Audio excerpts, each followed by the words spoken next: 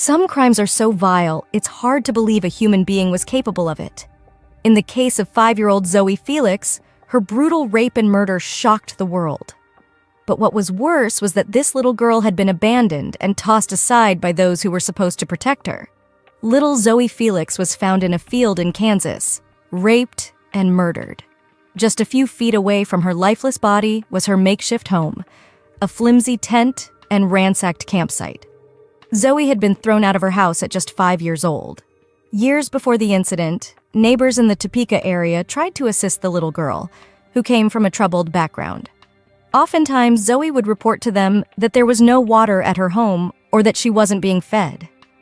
Despite numerous calls to both police and state social services, nothing was ever done, and the little girl was left to fend for herself. As the situation escalated, neighbors began reporting the little girl wandering the streets, not going to school, and generally being left to her own devices. A welfare check had been conducted as recently as September 2023. Officials found there was no power on at the residence. Reportedly, officials met the child, who appeared to be in good spirits, and then left her with her parents, taking no further action. It was soon after this visit that Zoe disappeared. To everyone's understanding, Zoe's mother had told everybody in the shared home to leave, including the man thought to be Zoe's father and her sister. Less than a mile away, the family members set up a makeshift campsite, hidden beneath the trees. It is unclear who found Zoe or how her body was transported to the nearby Dillon's gas station. But once police arrived just before 6 p.m. on that evening on October 2, 2023, they found Topeka Fire Department first responders desperately trying to save the little girl's life. She was pronounced dead shortly after. Due to the nature of the case and Zoe's age, her cause of death was not revealed. But less than 24 hours later, police had their first suspect, a man known to the family named Michael W. Cherry. The 25-year-old was booked into Shawnee County Jail on charges of first-degree murder and rape. Reportedly, Cherry was homeless, but had lived with the family for some time, either in the camp or in the shared home. Neighbors reported that they had seen him sometimes babysitting little Zoe while she played in parking lots. While it's unclear his exact relationship to the family, Michael Cherry was known to Zoe and must have seemed like a figure that would do her no harm. He was held at the county jail on a $2 million bond. If convicted, he could face the death penalty. Cherry had no known prior criminal convictions apart from a misdemeanor trespass and hadn't been reported to display any violent behavior within the community. The bigger question now is who is at fault. Was it Zoe's parents, DCF, the police, or the entire system itself that failed the little girl? How was it that despite mass reports of endangerment and neglect, nothing was done to protect her? The Kansas Department of Children and Family visited and investigated Felix's family more than a year before her death. After Zoe's death, there was a massive outcry for the details of the reports on the family to be made public. 9 reports were received with 6 more assigned for further investigation. In September 2023, apart from the welfare check, police were also called in for 2 domestic disturbances, all within 1 hour of each other. As for agency documents, they date back to September 2022 and state the reason for the investigation was poor conditions in the home and possible drug use in the presence of a child. When DCF conducted an investigation, Zoe's mother was sent for a drug screening, which came back negative. Allegedly, she was also working with court services, and the case was subsequently closed. Zoe's mother had also previously been arrested for driving while under the influence with Zoe in the passenger seat later that same year. Following the incident, Zoe was placed in police protective custody but was reunited with her family later that same evening. DCF then conducted an interview with the man believed to be Zoe's father and found there were no causes for concern in terms of child safety. The case was once again closed. Court records also showed that Zoe's mother had previously pleaded guilty to aggravated violence on a child born in 2018 with the initials ZF. She was placed on supervised probation for a period of 18 months. Shortly after Zoe's death, the Kansas DCF released the case summary for the little girl, reporting that before her death, there was evidence of sexual abuse and that despite offers of assistance, the family declined any help from the agency or the state. In May 2023, Child Protective Services received a report that the home Zoe was living in was unsuitable and the conditions were unlivable. A check was conducted, however. Findings determined that the utilities were working, there was food in the home, and there was no presence of on the scene. In August, DCF received another report about the state of the home and that there was use. They then attempted to contact the family 7 times in total, but were unable to reach them. The home was visited on September 6th, September 8th, September 12th, September 14th, and September 25th, with a letter being sent on September 20th. After Zoe's death, Governor Laura Kelly released a statement claiming Zoe Felix's death was an unacceptable tragedy. My administration proposed legislation in 2021 to allow the Department for Children and Families to expedite the release of information in cases like Zoe's. DCF Secretary Laura Howard stated that her agency was fully committed to reviewing the case in its entirety and added, "We will take every step necessary to determine if there are policies and procedures that can be revised or added to effectively support families and help prevent another case like this from happening again."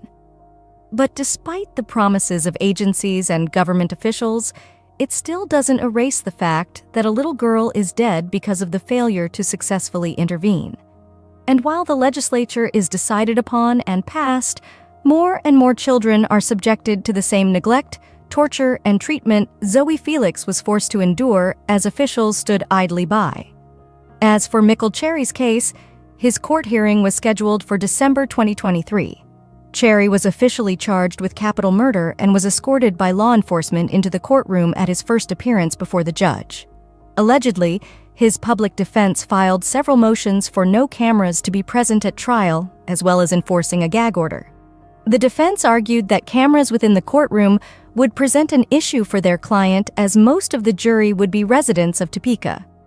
While the judge ruled that pretrial access would be restricted, requests for media access when the trial begins could be resubmitted as the public had a right to know about the details of the proceedings. The defense also argued for Cherry's right to privacy. Perhaps the most egregious factor in this was that Cherry, when facing the consequences of his actions, had more rights afforded to him than Zoe Felix did when she was still alive, and even in death. The tragic tale of Zoe Felix, a young soul abandoned and ultimately subjected to a brutal fate, raises profound questions about the systemic failures that allowed such a heinous crime to unfold. The haunting circumstances surrounding Zoe's short life prompt speculation about the collective responsibility of various institutions, from Child Protective Services to law enforcement. As the chilling details emerge, the spotlight turns to Zoe's tumultuous family history and the alarming number of reports that went unheeded by authorities. The narrative unfolds with a cascade of missed opportunities, where welfare checks and investigations failed to shield Zoe from harm. As society grapples with legislative considerations, the urgent question persists.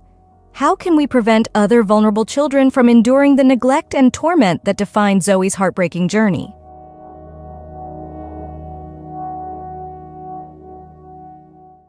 So, parents have some concerns of some stuff they may have found in your room? Yeah, I believe so. And what would it be? A human head and hands. In March 2021, Terry Cohee was in her son's bedroom when she noticed something strange sticking out of his cupboard. Her son had always been troubled, showing signs of autism, ADHD, depression, and a fascination with the morbid and macabre. But she thought it was harmless. He was 19, and these were probably the interests most frustrated teens had. But as she took a closer look at the object wrapped in plastic, she noticed that the protruding specimen was a human ear. Brian had stored a decapitated human head in his cupboard. But that was not all. There was a second bag. Terrified, Terry grabbed the second bag and placed it in the sink, not daring to open it.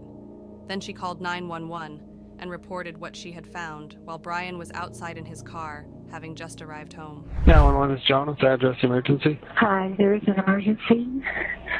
I found something in my son's closet wrapped in a plastic bag. Okay, what was it? I think it's a human head. It's a what? I think it's a human head.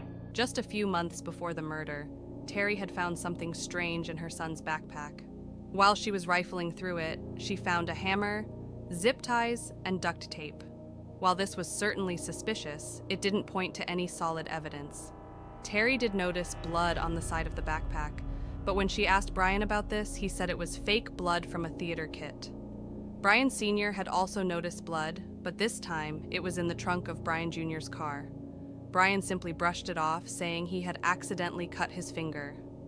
It was on February 21st that Brian Cohee murdered 69-year-old Warren Barnes, a homeless man he had encountered sleeping near Crosby Avenue. He stabbed Barnes over 40 times, only pausing when he began to grow excited from the rush. Barnes even asked him why he was doing it, to which Brian responded, "Because I felt like it." On March 1st, 2021, deputies were called to the Cohee residence. When deputies caught up with Brian outside and said his parents had called due to something they had discovered in his room, Cohee openly admitted to what he had been hiding, saying the call had to do with a human head and hands. Police located the rest of Warren's remains beneath an overpass soon after. Brian had tried to dispose of the rest of the body at the Blue Heron boat ramp, but his car became stuck. Instead, he discarded what was left. Body camera footage was released of officers scouring the area. Very quickly, the officers located Warren's severed arms. Only minutes later, they discovered his severed leg. Down at the boat ramp at the secondary location, officers found Brian's submerged car. Brian was taken into custody and interrogated. From the very moment he steps into the interrogation room, he seems calm and stoic, only anxiously tapping his foot up and down. But even when confronted by police at the scene of his residence, he was matter-of-fact about what he had done, which painted a chilling picture of the type of man that Brian Cohee was. As Brian waits for detectives to interview him, he nervously fidgets, bites his nails, and wipes his palms against his jeans, all telltale signs that he is experiencing some sort of anxiety. When the lead detective, who identifies himself as Pete, steps in, he gives Brian a bottle of water, and the pair exchange a few laughs and smiles. It seems oddly pleasant, despite the circumstances that brought both men there. After asking some routine questions to confirm details, the detective asks Brian if he knows why he's there. He calmly responds, "Because I murdered someone." Then, the pair review his Miranda rights before Brian explains what occurred. Brian first begins telling the detective that he keeps a bat and a kitchen knife in his car for self-defense, and that on the night of February 27th, it was a full moon, and he had decided to take a drive. Brian then mentions his major depressive disorder and that at the time, he was in a bad state of mind. After cruising around for an hour and a half, Brian arrived at the bridge. While driving under the overpass near the railway tracks, Brian saw the shape of Warren Barnes. Brian then admits that he grabbed his knife and put on 3 layers of gloves, which would indicate that Brian had been planning something like this, coming prepared. He further incriminates himself by explaining that plastic gloves are too thin and often leave fingerprints behind. He goes on to tell detectives that he pulled back Warren's canvas and stabbed the man in the neck. At first, Warren was panicking and repeatedly asked why Brian was trying to harm him, but Brian was unfazed and kept stabbing him in the neck. Brian then demonstrated the motion of the stabbing to the detective, getting on his hands and knees and thrusting the imaginary knife forward. Brian claimed that Warren couldn't fight back and that the killing was surprisingly easy. He barely even broke a sweat. Brian added that during the stabbing, he was making animalistic noises and growling as he stabbed the defenseless man. Brian then smiles as he describes how excited he was and how the adrenaline entered his body. After Warren had died from his wounds, Brian kept repeating the words "stinky" and "dirty," but could not account for why he was doing that. After the killing, Brian undressed Warren before slitting open his abdomen so he could see his guts. When Brian described this to the detective, he said, "They're really pink," before laughing. He then goes on to describe how he cut off Warren's head before giving him a Glasgow smile, where a knife is used along the outer corner of the lips to pierce the flesh and extend upwards. Brian then stabbed at Warren's eyes before cutting off his hands and placing them in one of the 6 Ziploc bags he had brought with him. Brian attempted to dismember Warren, but found it to be difficult. He left the body there, only taking with him the head and hands. which he carefully wrapped up and eventually placed in his closet. He threw his bloody clothes into the washing machine and tried to go to sleep, but something was bothering him. He had realized he had a hole in one of his gloves and was afraid it left a partial print. Anxious, Brian drove back to the scene of the crime, picked up Warren's body, and drove it to the Blue Heron boat ramp where the car subsequently got stuck. Brian had tried to remove Warren's body from the trunk of the car and dumped the body in the water. As he tried to reverse his car back out, he found that he could not, and Brian left the car partially submerged in the water. Brian confessed in his interrogation that for years he had been obsessed with murder and knew that he wanted to try it, having been influenced after reading about cases like Ted Bundy and the Zodiac Killer. What was clear to both detectives in the room was that Brian had known exactly what he was doing. He was incredibly articulate and level-headed about committing an atrocious slaughter of another human being. Brian also confessed that in 2018 he had practiced killing a stray black cat that had wandered onto his property. He kept the body for 3 days before disposing of it in the trash. As for his reason for choosing a homeless person as his victim, Brian stated that nobody would miss them. But he was wrong, as 69-year-old Warren Barnes had multiple friends in the community who reported him missing. When Brian Cohee was brought to trial, he pleaded not guilty by reason of insanity, citing his ADHD, major depressive disorder, and diagnosis of mild Asperger's as the reason behind the killing. 2 psychologists with the state of Colorado concluded that he was not insane. However, one psychologist hired by the defense claimed Brian had suffered from a psychotic episode, so at the time of the murder, he was legally insane. The prosecution presented the theory that Brian had planned to commit a murder at least 6 months in advance. This was evident in the homemade murder kit he had made, as well as the preparations and items he had taken with him on the night he killed Warren Barnes, such as the Ziploc bags and multiple pairs of gloves. The interrogation footage was also enough to damn him. After 2 days of deliberation, a grand jury ultimately found Brian guilty of first-degree murder in February of 2023. He received a life sentence without the possibility of parole. The disturbing case of Brian Cohee sheds light on the complexities of mental health, violent tendencies, and the chilling allure of true crime for some individuals. Despite his troubled background and mental health issues, Brian's meticulous planning and cold-blooded actions reveal a disturbing depth of darkness within him. His detailed confession, coupled with his prior fascination with notorious criminals, paints a picture of a young man who was not only aware of his actions, but also seemingly detached from the gravity of his crimes.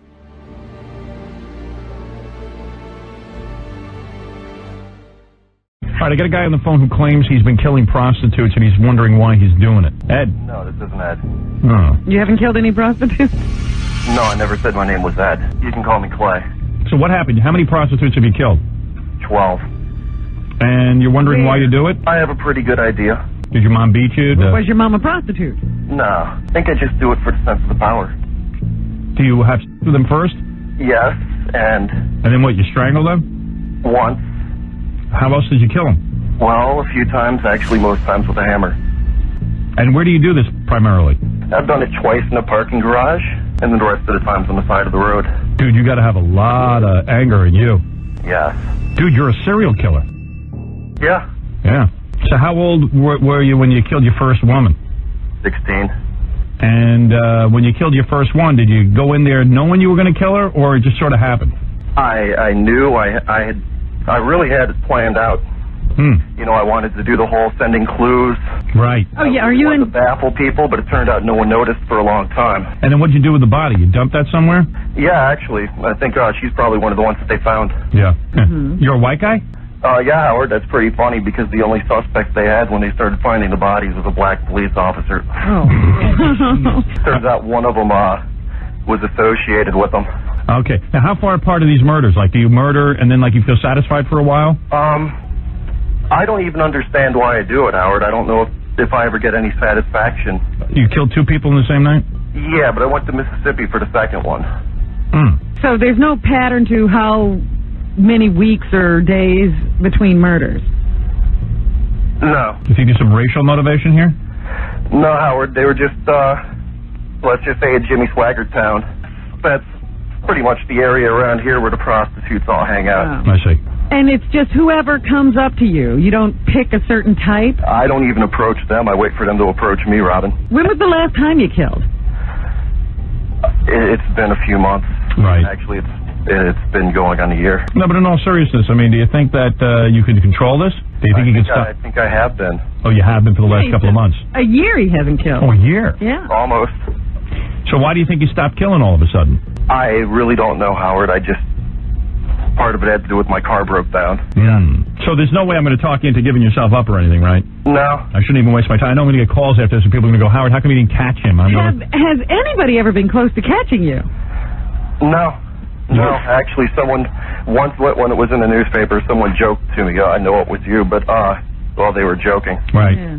This real call that you just heard was not out of the ordinary for the Howard Stern Show. He often received calls from people with crazy stories that would end up being a hoax. But as this conversation progressed, and the tone went from a light comedic one to a more serious confession, it became clear to Howard, and also the listeners, that they were actually talking to a serial killer. The next day, Howard told his listeners that the FBI had come to the studio asking for a tape of the call. Their suspicion was that this man who had said his name was Clay was connected to what they referred to as the Storyville Slayer. They believed that the man who had talked to Howard was Russell Elwood. He was plagued by drug addiction, and he had no permanent residence. He eventually became a cab driver, and when he couldn't afford housing, he would sleep in his cab. Because of his addiction, he was in and out of jail. It doesn't seem like he was a man who tried to get better. Not having steady income also makes it hard to have any roots planted to settle. But even though he had become no stranger to brushes with the law, it wasn't until 1994 in Hahnville, Louisiana, that Russell attracted real scrutiny. Russell was stopped on the side of the road in an unlit area. When the police caught Russell, he was in the middle of an illegal act, lewd conduct, and indecent exposure. What police found especially troubling was that they had found him in his car in this unlit area, parked on the side of the road, right near where 2 bodies had been found. Russell was told to get out of his car and show his driver's license. The explanation Russell gave for being stopped on the side of the road was that he had to change the oil and repair the brake pads of his car. This was peculiar because it was night. He willingly allowed his vehicle to be searched, and when the police didn't find any of the items that Russell would need, not even a flashlight, if he was indeed fixing his car, they knew that there was no way he could be telling the truth. Police then questioned Russell about the bodies of Cheryl Lewis and Dolores Mack. Those were the names of the 2 bodies closest to where Russell was stopped. But unfortunately, they weren't just worried about these 2 women. Since the summer of 1991, the police had been searching for the Storyville Slayer. This person that they were searching for had been targeting mainly black girls and women between the ages of 17 and 42. But because none of the crimes were happening in the same places, and the fact that these bodies were often left in water for weeks or even years before being found, it resulted in extreme decomposition and the destruction of incriminating evidence. So, finding the person responsible had been near impossible. Police questioned Russell regarding the murders, but after the initial questioning, he was released because there wasn't enough evidence yet to charge him. I totally get it.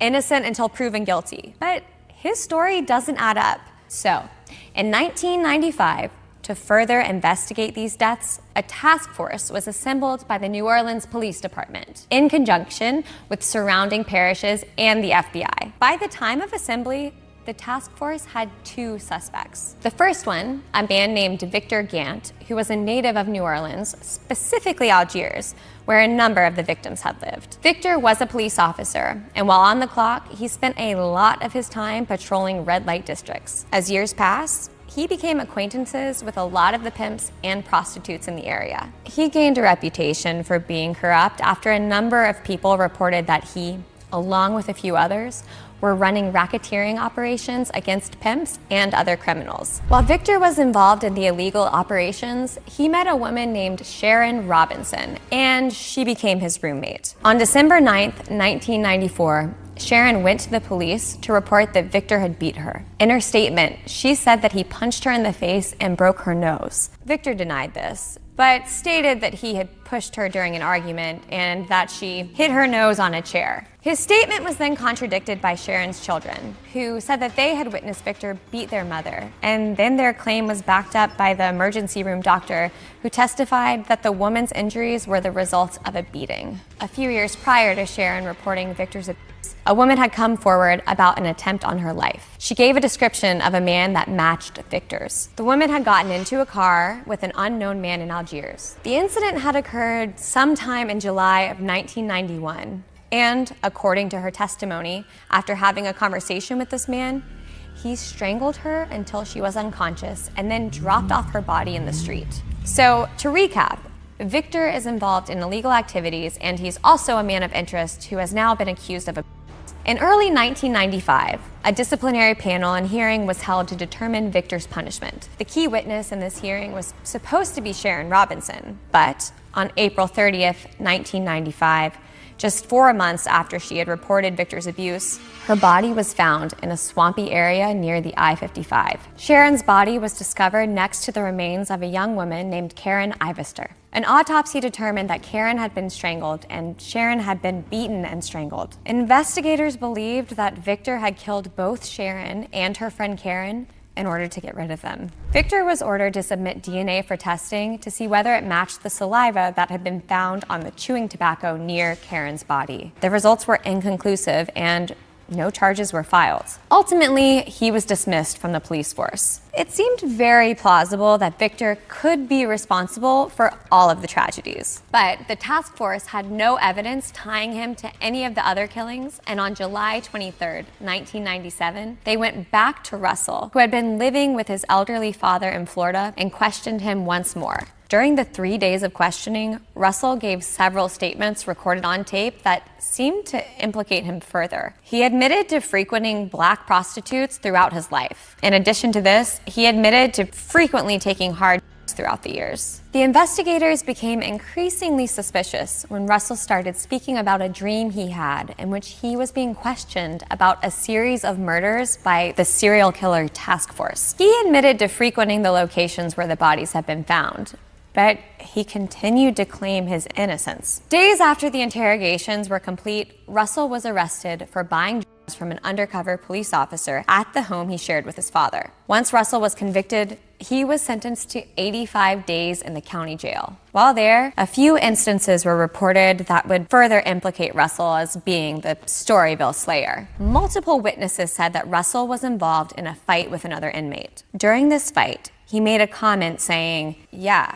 I killed her, and I'll kill you too." Then an inmate named Stephen Michael Busser came forward and told the police that Russell had boasted to him that he was wanted for more than 60 murders within the state of Louisiana, even going so far as describing one in detail to him. But there was still no concrete evidence to hold him after the initial 85 days. After Russell's release and move to Ohio, one of Russell's cellmates, Stan Hill, contacted the county prosecutor's office and claimed that Russell had described to him in detail how he had driven the women that were his victims to outlying areas of the city, offering them large quantities of drugs that then caused them to overdose. And once unconscious, he would strangle and dump their bodies. I guess at this point it's all hearsay, but there seems to be a lot of things adding up that point to him. Based on this new information, the task force once again tracked Russell down to re-interview him. In the presence of Ron Camden, who was a 27-year-old veteran out of the Cincinnati Police Department's homicide unit,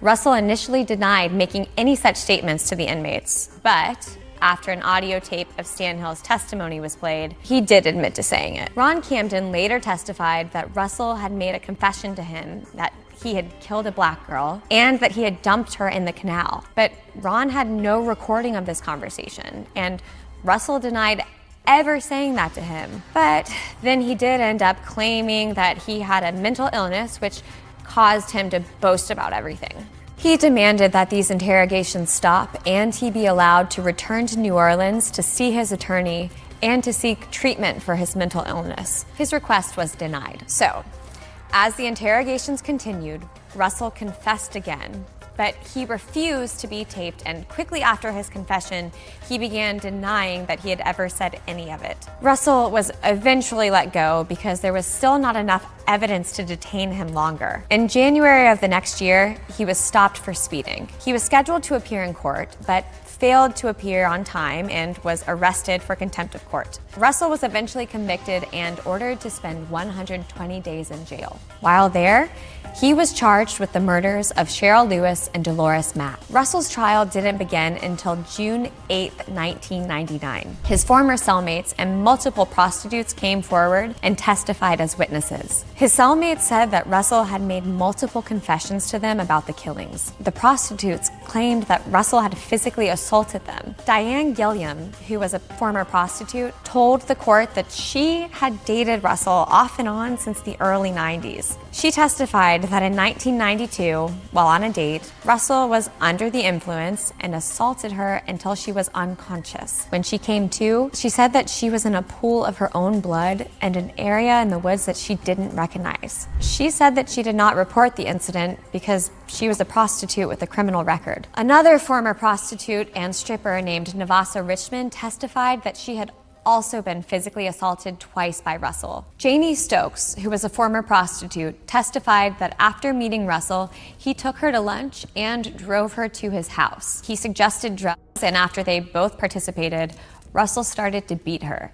She managed to flee. But Janie also felt like she could never report the incident because of her involvement in illegal activities and her own addiction issues. 3 witnesses then testified that they had seen Russell with Cheryl Lewis right before she had disappeared. How horrible that so many women were silenced out of fear, and yet Russell was able to keep doing whatever he wanted. Russell's attorneys then asked for a polygraph test to be performed on the then head of the task force, Sue Rushing. This request was granted. During the test, Sue was unable to answer a series of questions regarding Russell's missing documentation. So the result of her questioning was inconclusive. Ultimately, the murder charge for Dolores Mack was dropped. There just wasn't enough evidence against Russell to be charged for that. However, Russell was found guilty of killing Cheryl Lewis, and he was sentenced to life in prison without parole. As of November 2021, all of the murders, aside from Cheryl Lewis, remain unsolved. So, even though Russell Elwood was convicted and remains a suspect, there was never enough evidence linking him to any other women. Victor left New Orleans after he was discharged from law enforcement and moved to Atlanta, Georgia.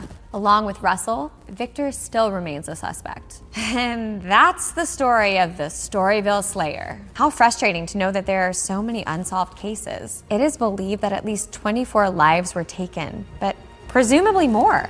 On January 31st, 1939, in Webster, South Dakota, Jerome, or Jerry Brutos, was born.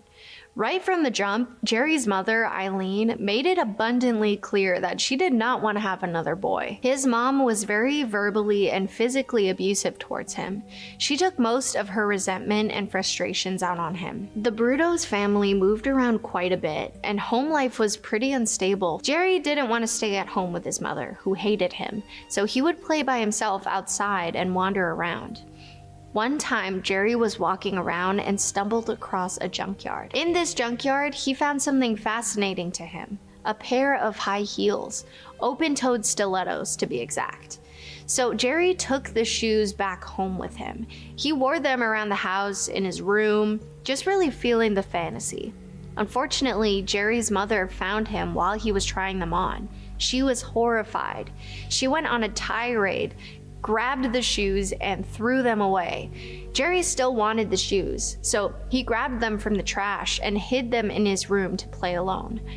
Once again, Eileen found Jerry with the heels, and this time she was enraged. She took the shoes and lit them on fire. When Jerry was in first grade, his family packed up and moved to California. Jerry's new teacher always wore high heels and kept an extra pair in the classroom. This was incredibly tempting to Jerry, who attempted to steal the extra pair of shoes. One of Jerry's classmates saw him going for the heels and called him out. Jerry admitted to his attempted theft, and the teacher got super mad at him. She embarrassed him in front of the entire class, and he left the room. The Brutos' new neighbors had several teenage daughters. Jerry would often sneak over with their little brother and look through their drawers and closets. This is where he developed a new fascination for women's underwear on top of high heels. Jerry went through puberty and started to develop curiosity about his body and bodies that were not like his own. This should not be a shameful time. However, Jerry's mom made it one. She forced him to hand wash his bed sheets when there were stains, almost demonizing him for growing up and having sexual desires. However, Jerry's urges became very scary and would soon turn violent. Jerry began stalking his female neighbors and would look through their windows. He would go through their laundry hanging up on a clothesline and steal their underwear. This happened multiple times, and it got so bad that the police were called to investigate the situation. Jerry caught wind that the cops were trying to find the thief and used this to his advantage. He showed up at the house, imitating a police officer, and asked the girl more questions about the underwear theft. He asked for her to come over to his house so he could ask questions there. She complied and said she would be right over. The girl arrived at Jerry's house and was immediately accosted. A guy wearing a mask held a blade up to the girl's throat, forcing her to take off her clothes and pose for nude pictures. So once he was done, he fled the scene. When Jerry was 17, he asked a girl to go on a drive with him, and she accepted the invite. So Jerry drove this girl to basically the middle of nowhere, close to a farmhouse. He had his blade and threatened the girl that he would hurt her if she didn't remove her clothes. Jerry chased after her, and they got into a little tussle. Well, a couple driving nearby saw all of the commotion, pulled over, and called the police. They searched his vehicle and found women's underwear and scandalous photographs. Jerry was arrested and charged with assault and battery. Jerry was very honest with the thoughts and fantasies he had. For example, he fantasized about capturing a girl, forcing her to do whatever he wanted, and watching her beg to be let go. Many of his fantasies revolved around the hatred of his mother, Eileen, and wanting power over women. He was diagnosed with schizophrenia and got released after 9 months because the doctors considered him no longer a danger to society. He didn't know what his next steps were, so he enlisted in the army at age 20. While in the army, Jerry was referred to an army psychiatrist who discharged him because of his weird obsessions. Once he was released, he was forced to move back in with his parents and live in their back shed. The creepy shenanigans started up again, and this time Jerry would become increasingly more violent with his victims. So Jerry was driving around in his car when he spotted a young woman walking home, who he decided to follow. When he saw the coast was clear, he jumped behind her and choked her until she passed out. Then he stole her shoes and made a run for it. The woman reported the incident, but she didn't see his face, so there wasn't much the police could do. Jerry got a job as an electronics technician and worked at a radio station. While there, he met a 17-year-old named Darcy Metzler, and the two started dating. After that, they moved around a lot, as it was difficult for Jerry to keep a job, and Darcy became pregnant. She gave birth to a daughter and later on a son. Back at home, things were super weird. Jerry made the basement his dark room to process the creepy photographs he had taken of women and their undergarments. He also wanted Darcy to dress up in the stolen garments and pose naked for photographs. She was not into this, which really upset Jerry. He felt like his wife didn't want to participate in his fantasies, so he needed to fulfill that desire another way. In 1968, his murderous streak would begin. On January 26, 1968, there was a knock at Jerry's front door. Linda Slauson, a 19-year-old girl, was going door to door selling encyclopedias. Linda followed him down into the basement where, unfortunately, Jerry took a piece of wood, knocked her over the head, and strangled her to death once she was down. This was Jerry's first murder victim. Jerry proceeded to dress Linda up in all the different items he had stolen. He put her in various undergarments and high heels and posed her body for pictures. After doing this, he cut off her left foot as a trophy and placed it in a high heel. He then stored it inside a freezer to preserve it. Jerry managed to sneak the body into his car. He drove to the Willamette River, pretended he had a flat tire, and used that as an excuse to pull over and dump the body. Jerry would not lure another victim to their death until November that same year. Within that time frame, Jerry and his family packed up and moved to Salem. On November 26, 1968, Jerry saw 23-year-old Jan Susan Whitney on the side of the road. Her car had broken down between Salem and Albany. Jerry pulled over and offered help, even offering to give her a ride back to his house to call a tow truck. Jan accepted the offer because she had no other option. They arrived at his home, and Jerry proceeded to strangle Jan in the car. Once she was lifeless, he took her body into a secret garage hideout and hung it from a pulley. He dressed her in the stolen underwear and shoes, violated her body, and took photographs. After this, he removed one of her breasts, made a mold of it, and painted it gold. 3 months later, on March 27, 1969, Jerry found his third victim. A 19-year-old college student named Karen Sprinkler was walking to her car parked outside of a department store. Jerry, dressed in drag, approached Karen from behind and threw her into his vehicle. He restrained her and drove back to his garage. Once inside, he forced her into underwear and took photos of her. He repeatedly assaulted her and tragically strangled her with a pulley until she passed away. Multiple attempted kidnappings during this time were unsuccessful. For example, Jerry tried to abduct a 14-year-old girl named Leanne Brumley, but she escaped.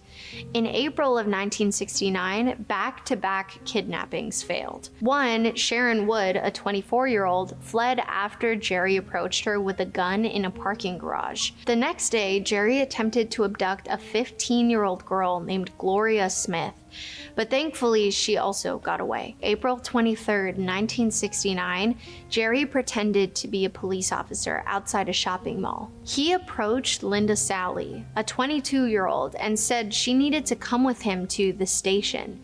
She complied because she believed he was who he said he was, and sadly, Jerry would take Linda's life.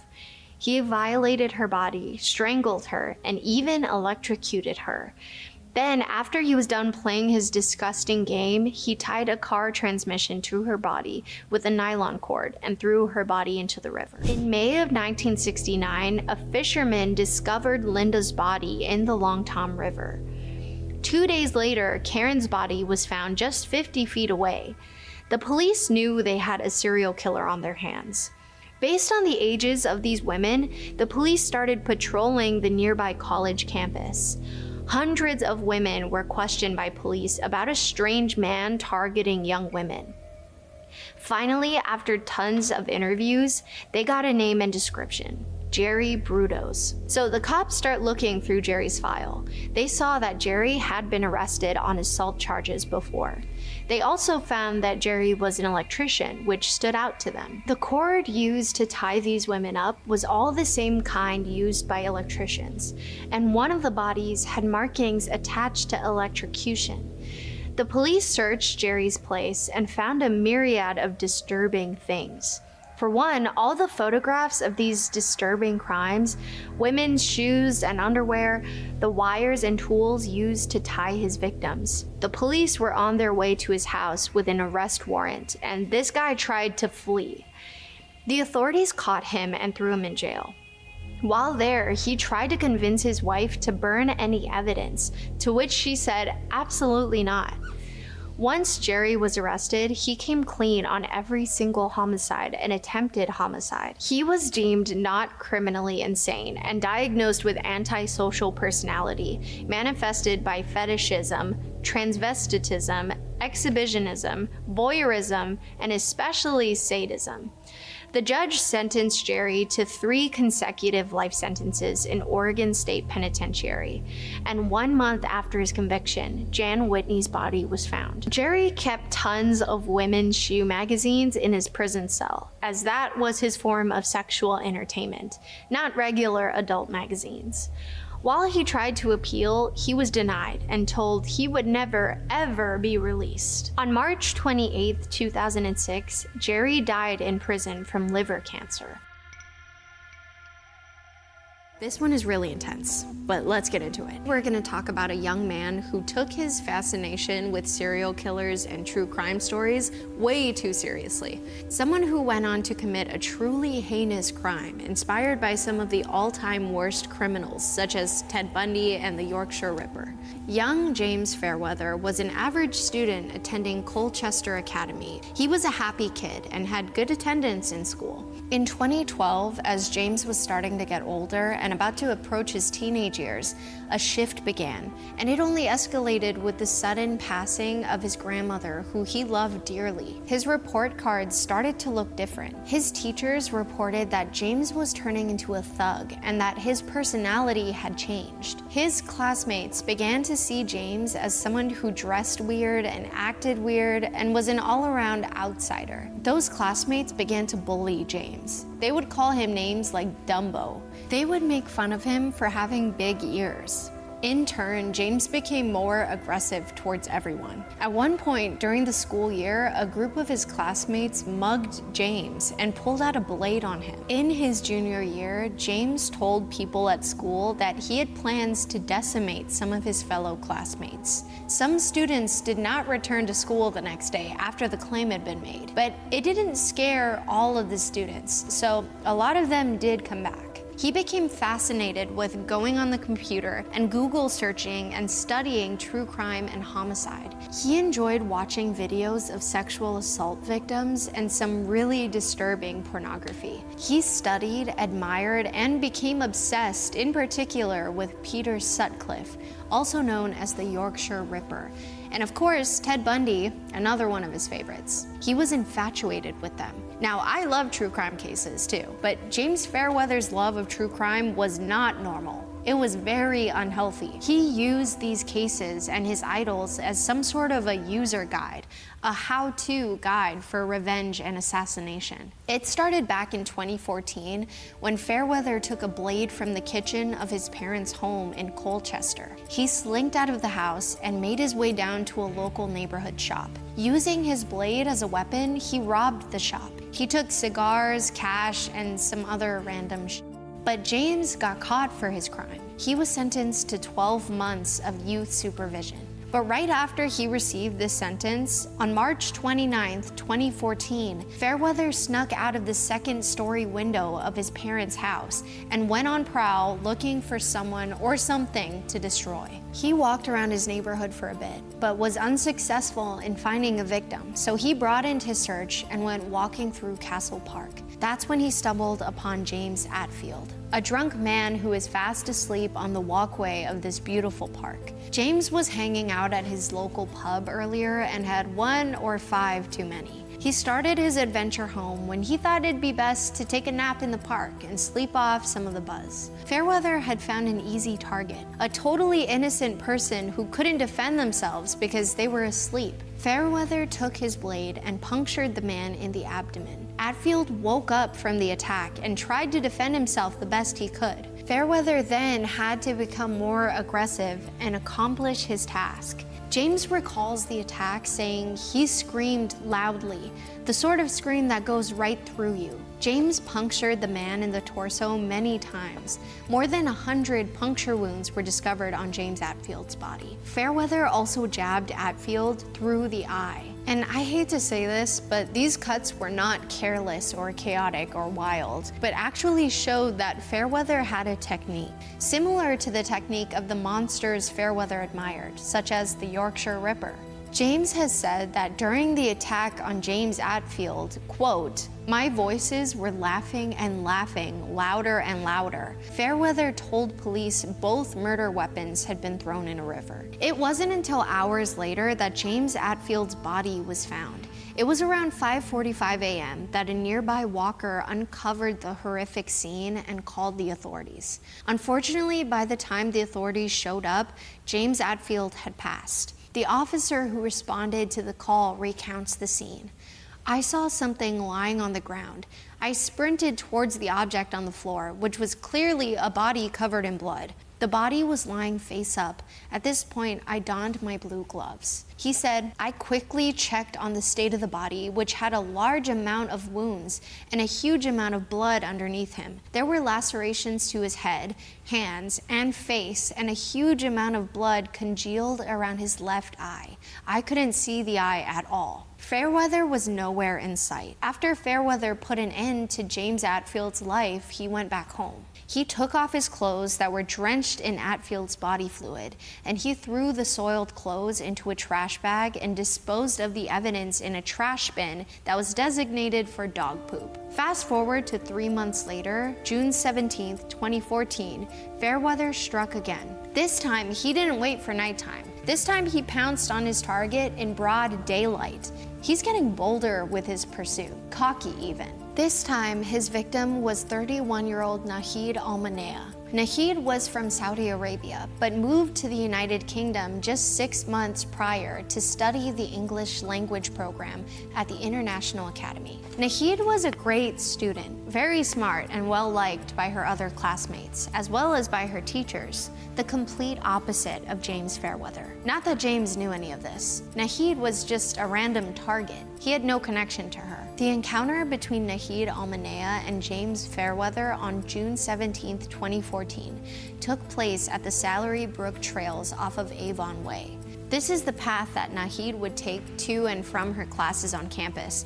She walked that trail almost every day. She usually would walk this path with her brother, but unfortunately on that day, Nahid was alone. Fairweather was lurking around in the bushes. Nahid was solo, casually walking the trails. Then Fairweather snuck up behind her and hit her. She stumbled to the ground. Fairweather then used a weapon to slash Nahid 16 times. She passed instantly. Once he was done with Nahid, he chucked his weapon into the nearby river, disposing of the evidence. James once again took off his dirty clothes, dripping in red, and put them into the trash. James Atfield and Nahid Al-Manea's bodies were found only 2 miles apart, and the crimes took place just a couple of months apart. But even with this information, the police had nothing to connect these two crimes. At first, they thought they were unrelated crimes. No leads came in, and there were no real people of interest at the time. A £10,000 reward for anyone coming forward with information about the person who committed these crimes was offered, but no one ever came forward with tips or clues. There were multiple composite sketches of who the authorities might be looking for that were released to the public, but none of them actually looked anything like our guy James Fairweather. Fairweather seemed to have gotten away with both of these heinous crimes until May 26, 2015, a whole year later. It was around 11 a.m. that Fairweather was back on Salary Brook Trails and in search of another victim. He was back in the bushes, just a few feet away from where Nahid had passed. A woman walking the trail noticed Fairweather and had a gut reaction. She saw him, stopped her route, turned around, and started walking back in the direction she just came from because she was picking up on his vibe. She made a call to the police stating that there was a strange young man stalking around in the bushes and acting suspicious. She also found it odd that he was walking in the dog section of the park, but he didn't have a dog with him. She recounts that day at the park, saying, "He was no more than 15 feet away and staring straight at me. It's a face that will never leave me, a manic look." Back to the story. Police arrived on the scene to find 16-year-old James Fairweather trying to flee, but they stopped him. He said he was just out for a walk to clear his head and that he didn't feel right. The police asked him to take his hands out of his pockets, and he complied, revealing he was wearing rubber gloves and carrying a lock knife. He was then taken into custody. That evening, he confessed to both crimes. He said he had found James Atfield asleep the night the voices in his head were telling him he needed to make the sacrifice and execute James, and that James was the chosen one. The voices said if Fairweather didn't go through with these actions, the voices would come after Fairweather himself. He said the voices were laughing at him louder and louder. He told them that Nahid had brought this act upon herself since she was walking the trails alone. Fairweather was on a roll. He even admitted to police that he was on the hunt for his next victim when they found him over at Salary Brook Trails. And for the cherry on top, he added that if he was jailed and was able to make bail and let out, he would again take the lives of innocent people. However, in January 2016, he retracted his statement. He denied having anything to do with Nahid or James. He denied being in possession of an offensive weapon, but admitted to 2 alternative counts of manslaughter by reason of diminished responsibility. The Crown Prosecution Service did not want to take the plea deal. They decided to move forward and pursue the charges. Fairweather was now facing a double homicide trial. The trial took place in April of 2016. Fairweather continued his story of hearing voices in his head telling him to do it and make the sacrifice. He told those evaluating and questioning him that he was possessed by the devil. The courts, however, rejected this notion. It was revealed at the trial that he was diagnosed with Asperger's and autism, and that he had started hearing voices in his head as early as age 11. Dr. Joseph was brought into the trial as a prosecution witness. Dr. Joseph agreed with the Asperger's and autism diagnosis, but he called BS on Fairweather's supposed visual and auditory hallucinations. He said they were totally fabricated. And Dr. Joseph said that James was just making it up in an attempt to deceive the authorities.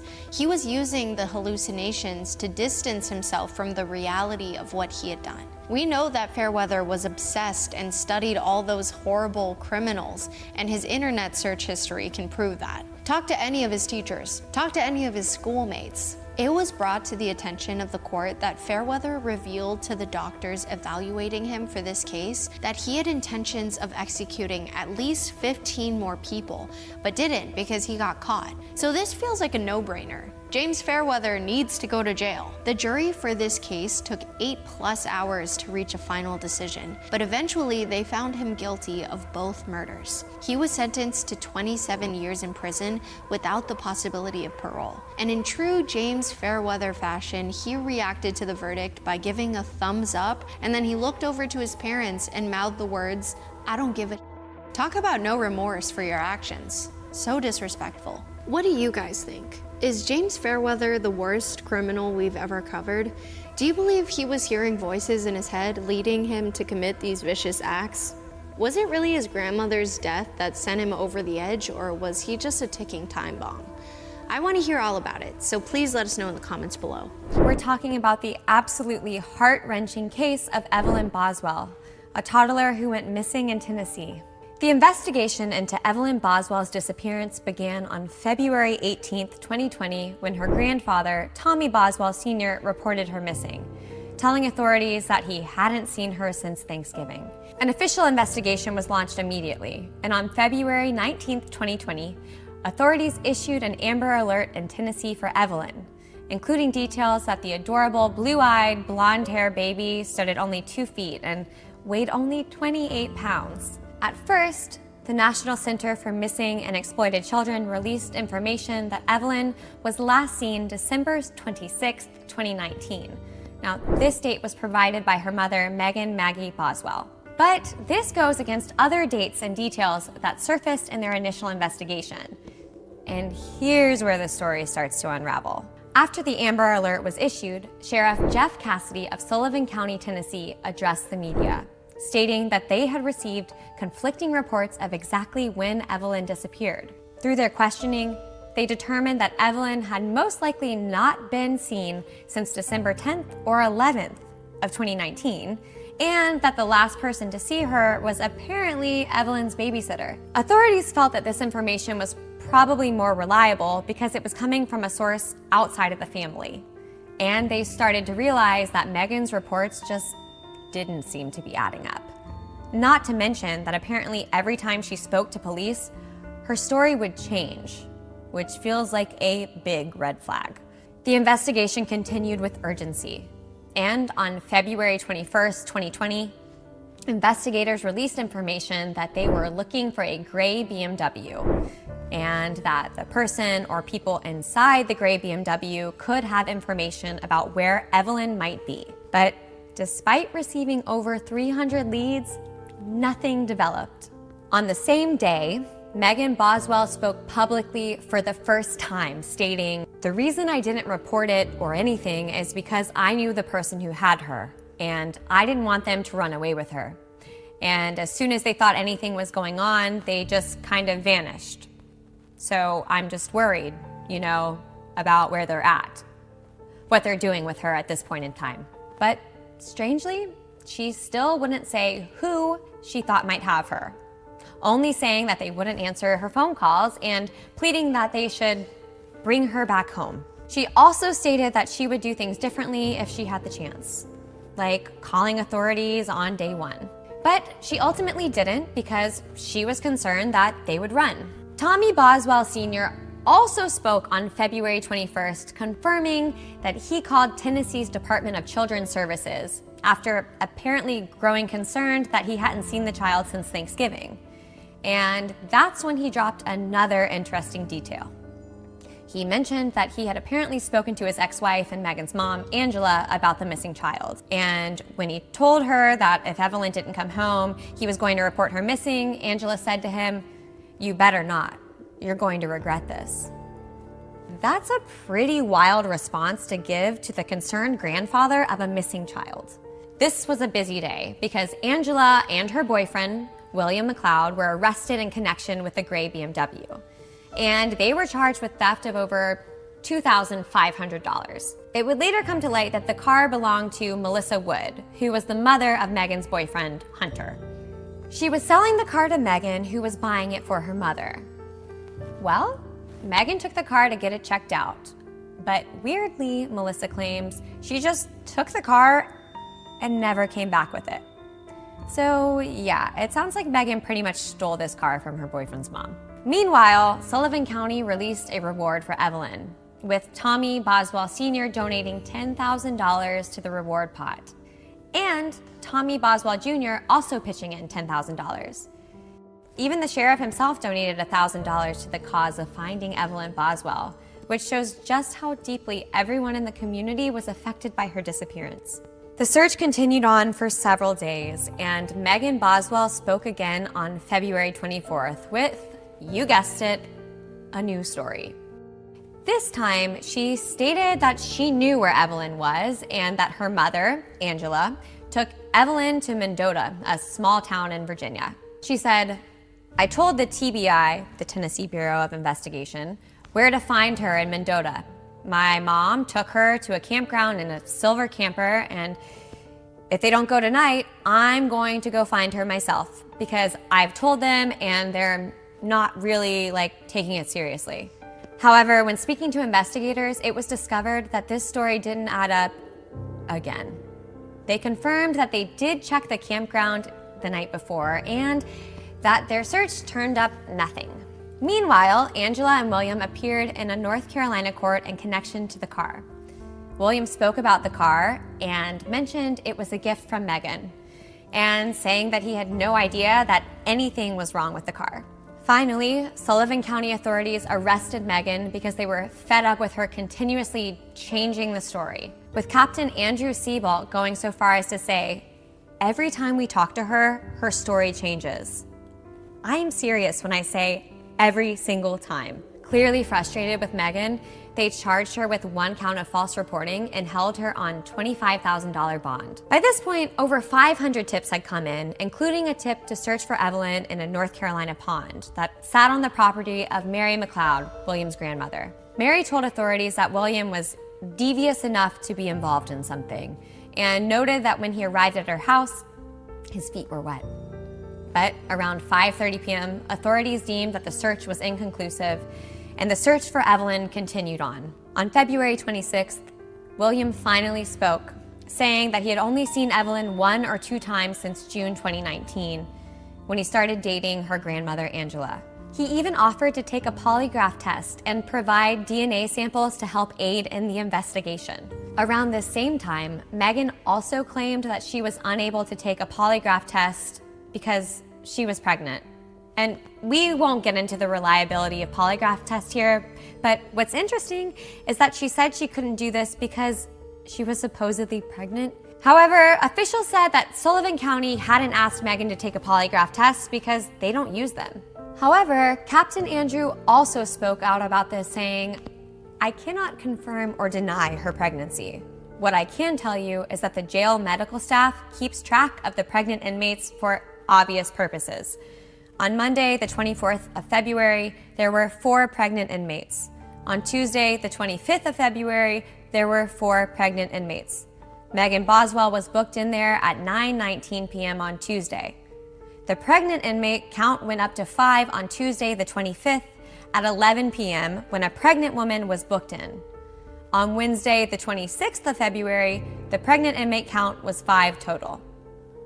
So it's pretty clear that although he can't actually say it, he didn't believe that she was pregnant at all. The search continued, and after a few quiet days, a terrible discovery was unfortunately made. On March 6th, police found remains in a shed on Tommy Sr.'s property. On March 9th, Megan appeared in court again, and her bond was increased to $150,000, with authorities stating, "We thought it was appropriate under the circumstances to file a motion to increase bond and to have a hearing as soon as possible." Around this time, Angela spoke out saying that she hadn't seen the child since September. She thought Evelyn may have been removed from Megan's custody and placed with a foster family, which is what prompted her to get back in touch with her daughter, Megan, again. Though she mentioned that she didn't want to bring it up to Megan for fear of upsetting her, and she felt her daughter would talk about it when she was ready. Authorities would later confirm that the remains tragically belonged to Evelyn Boswell, and in addition to her body, they found other items that would make sense for a toddler: some clothes, toys, and diapers. At the time, authorities sealed records of her autopsy and how she died in order to maintain the integrity of the investigation. On March 12th, the Boswell family released a statement saying, "The immediate Boswell family, excluding Angela Jones Boswell, of Evelyn are in anguish and grief over their loss. It has been a very rough and trying time for everyone. At this time, they do not want to speak publicly in regards to the tragedy. They are still trying to process what has happened. They ask for the media and the public to respect their wishes." So much of Evelyn's story still remains a mystery, and it wasn't until a recent hearing in September 2022, which was set to determine if Evelyn's autopsy photographs should be shown to a jury, that we learned more of the truly gruesome details about what investigators actually found that day.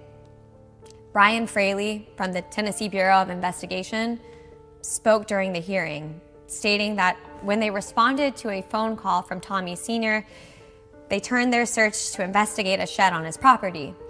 Inside the shed, they found a playhouse, and behind the playhouse, they found Evelyn's remains placed in a trash bag with other trash bags surrounding it.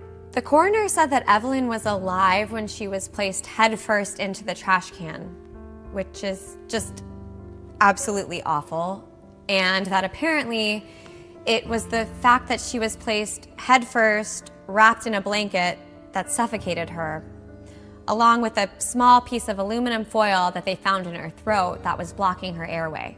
That poor, poor baby. At some point, Megan changed her story again and claimed that Evelyn had suffocated while she co-slept in bed with her and her boyfriend Hunter. But experts claimed that at the time of her death, Evelyn was too old to die in that way. So this seems just like another one of Megan's lies, and Evelyn's death was ultimately ruled a homicide.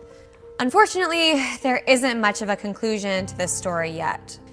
As Megan's trial is set for February of 2023 at the earliest, she faces a slew of charges, including 1 count of felony murder and the perpetration of child abuse, 1 count of felony murder and perpetration of child neglect, 1 count of aggravated child abuse, 1 count of aggravated child neglect, 1 count of tampering with evidence, 1 count of abuse of a corpse, 1 count of failure to report a deal under suspicious, unusual, or unnatural circumstances, and 12 counts of false reports.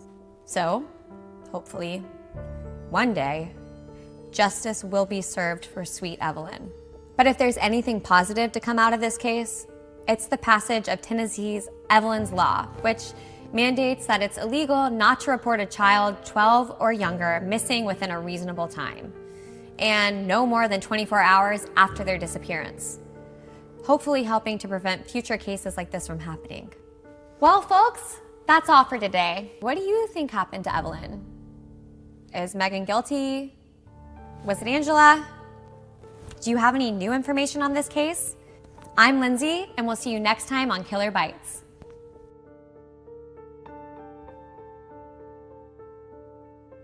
Today's episode is a doozy, because today we're covering one of the worst creatures ever, the infamous grave robber and phantom ghoul, Ed Gein. Here's your trigger warning for this episode. We're gonna be dealing with a lot of corpses, butchering, and sewing, if you catch my drift. Let's dig in. Edward Theodore Gein was born in Wisconsin on August 27, 1906. Ed Gein had a very controlling mother, along with a father who struggled with booze. Apparently, Ed's mom was fanatically religious and would warn her sons constantly about the sins of carnal lust and desire. Mom, I'm 7.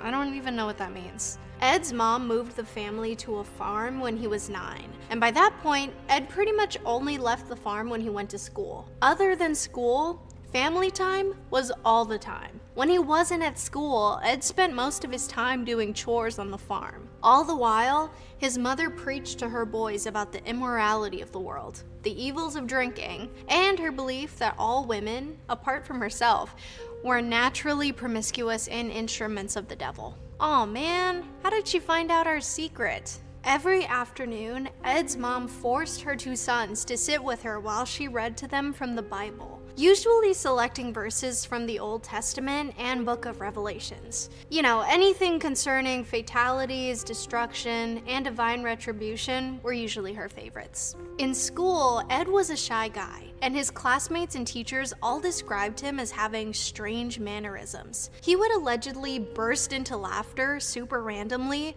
almost as if he was laughing at his own jokes. And to add insult to injury, his mother would punish Eddie if he tried to make any friends, so he kept to himself and was friendless. What do you get when you cross an intelligent, antisocial boy with a traumatically religious mother and a booze-motivated father? A man so terrifying, he would inspire horror movie villains for decades to come. In 1940, Ed's dad passed from his addiction, so Ed and his older brother Henry started working odd jobs to support the fam bam. The brothers were considered generally reliable and honest by the neighborhood, and they both worked as handymen, while Ed frequently babysat for neighbors, despite his sometimes odd and creepy behavior. Ed seemed to relate more easily with children than to other adults, though. But when Henry planned to move in with this divorced mom of 2 that he'd been dating, he started to worry about leaving Ed behind. He was also getting increasingly concerned about Ed's attachment to his mother. Ed was high-key obsessed with his mommy, and if this is starting to sound like Norman Bates from Psycho, that's because it is. Norman's character was entirely inspired by Gein the Obscene. Henry regularly badmouthed their mom around Ed, who always seemed to be very shocked and hurt by these statements. A few years went by with Ed and Henry supporting the family until one day in 1944, the brothers were burning brush on the property when the fire apparently got out of control. The local fire department arrived, and by the end of the day, the fire was extinguished, and Ed reported his brother missing. A search party gathered with lanterns and flashlights and searched for Henry, who they finally found lying face down on the property. It looked like he had been expired for some time, and it didn't look like he'd been burned in the fire.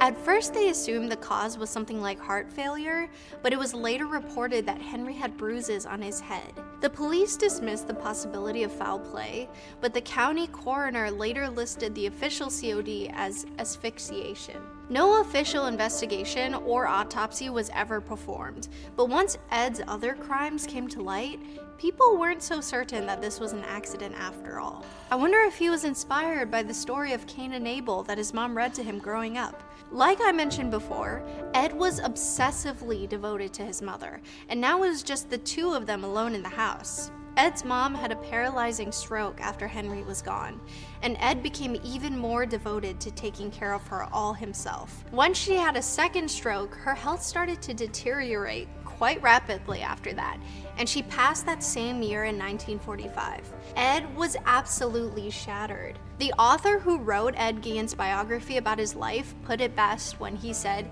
he had lost his only friend and one true love, and he was absolutely alone in the world. Now, Ed lived completely alone on the 155-acre farm. Ed left his mother's room neat and untouched, while the rest of the house became a hot mess. He also boarded up rooms that had been used by his mom, including the upstairs floor, downstairs parlor, and a living room, leaving them preserved like a museum. Ed moved into a small room next to the kitchen during this time, while the rest of the house fell into squalor. During this time was when he also started to develop his interest in anatomy books, pulp magazines, and stories involving cannibalism and Nazi crimes. And during the next few years, a few residents from the general area would mysteriously disappear. Ed would finally be found out when a woman named Bernice Warden was reported missing from her hardware store in 1957. At the scene, the cash register was missing, and a trail of red splatters led out to the back of the store. A resident reported that they saw the store's truck had been driven out from the back of the building that morning. Bernice's son was a deputy sheriff, and he was immediately suspicious of the reclusive Gein. He told the investigators that Ed had been at his mother's store the night before his mom's disappearance, and that he came back the next morning for a gallon of antifreeze. They found the receipt for the antifreeze dated the morning she disappeared, and that same day, Ed was caught and arrested at a local grocery store. The authorities sent to search the Gein farm that night were greeted with an image that would haunt them for the rest of their lives. They found Bernice's body. Brace yourselves, it's bad. She was found headless, gutted, and hanging from the ceiling upside down. She'd been taken out by Ed's .22 caliber, and they described the way he had mutilated her body as if she was a deer he'd hunted. Further investigations found even more monstrosities in Ed Gein's House of Horrors, some of which were organs in jars, bone fragments, noses, lips, and fingernails, and various items fashioned all from human skin, including a wastebasket made from skin, armchair cushions, leggings from someone's legs, a mask from a woman's face, a lampshade from a face, and some skulls were being used as soup bowls. I obviously left a lot of other things out, but Wikipedia's got a pretty nice running list of all the nightmare fuel the investigators recovered from his home. After officials questioned Ed, he confessed to butchering Bernice, as well as another woman named Mary Hogan, who went missing 3 years earlier. He also confessed to digging up multiple corpses and taking their parts. So he could practice making masks and suits out of their skin to wear at home. If you guys didn't already know, Ed Gein was a big inspiration for Buffalo Bill in The Silence of the Lambs. Along with exhuming corpses and fashioning his new clothing line, Ed was a straight-up necro you-know-what. Between 1947 and 1952, he made as many as 40 separate trips in the middle of the night to local graveyards to exhume recently buried bodies. He described being in a dazed-like state when he did it, and visited 3 separate cemeteries for his trophies. On about 30 of those visits, he said he came out of the dazed state and ended up leaving the grave empty-handed. On other occasions, he dug up the graves of recently buried middle-aged women who he thought looked like his mom. Rumor has it, he would take the bodies home and tan their skins to make his pieces. Ed eventually admitted to stealing from 9 graves at the local cemeteries, and even led the investigators to the locations. And get this, in order to prove that Ed Gein could have actually done it, the investigators went in and exhumed 3 different graves themselves. Ed was only 5'6" and weighed 130 pounds soaking wet, so they weren't so sure it was physically possible, especially because he would go several nights in a row. The caskets themselves were inside these wooden boxes that were buried 2 feet below the ground in sandy soil, and Ed said he'd robbed the graves soon after the funerals when the graves were not yet completed. Sure enough, when the investigators exhumed the graves, they found them to be exactly as Ed said they would. 2 of them were found empty, with 1 having a crowbar in place of the body. Most of the body was gone from the 3rd grave, but for some reason, Ed had returned rings and some body parts, which unfortunately confirmed he was telling the truth. Soon after his mother's death, Ed started to make his woman suit so that he could become his mother and literally crawl into her skin because he loved and missed his mother that much. I really cherish my mother, but I have a picture of her hanging on my wall. Ed denied doing lewd acts with the bodies he exhumed and said that they smelled too bad. But psychologists still labeled him a necro because corpses and pieces of body parts still excited him. During the interrogation, Ed also admitted to butchering Mary Hogan, whose head they found in the house, but he said he couldn't remember any details of what happened. A 16-year-old kid who was friends with Ed told authorities that he kept shrunken heads in his house from the Philippines that were from his cousin who served there in World War II. Ed told him they were relics. But when the police investigated the heads, they discovered that these were actually the masks Gein had made himself from peeling the faces off of corpses. Ed was also considered a suspect in several other unsolved cases, including the disappearance of a babysitter in Wisconsin. Authorities attempted to connect him to other murders and disappearances from recent years, but they could never prove it. Ed's lawyer decided to enter a not guilty plea by reason of insanity, and Ed was found unfit to stand trial. He was sent to a state mental hospital where he worked as a carpenter's assistant and a medical center aide. 10 years after being committed to the institution, Ed was finally determined fit to stand trial. He was found guilty of the crimes against Barbara Warden and was yeeted right back to the state hospital. Ed became a fascinating person to study for psychologists, who, up until this point, thought men like Ed were the works of fiction. They were morbidly captivated by his terrifying hobbies and wanted to know why. And I would personally like to know why, God. Ed had explained to psychologists that when he was a child, he often wondered what it would be like to be a woman, and it sounded like it became a fixation for him. He thought that by making his own epidermis onesie, he could feel what it would be like to be a woman. The Gein house and property was appraised, and his possessions were scheduled to be auctioned off. It was also rumored that the house and the land it stood on might become a tourist attraction, and all of us are probably descendants of the tourists who showed up to look at his property. But early one morning in 1958, the house was destroyed by fire. Arson was suspected, but the cause of the fire was never officially determined. When the institutionalized Ed found out about the fire, he just shrugged and said, just as well. Even though he only ever admitted to actually butchering 2 women, experts believe he was most likely responsible for many more, but we will never know for sure. He truly is the worst. Thanks for watching!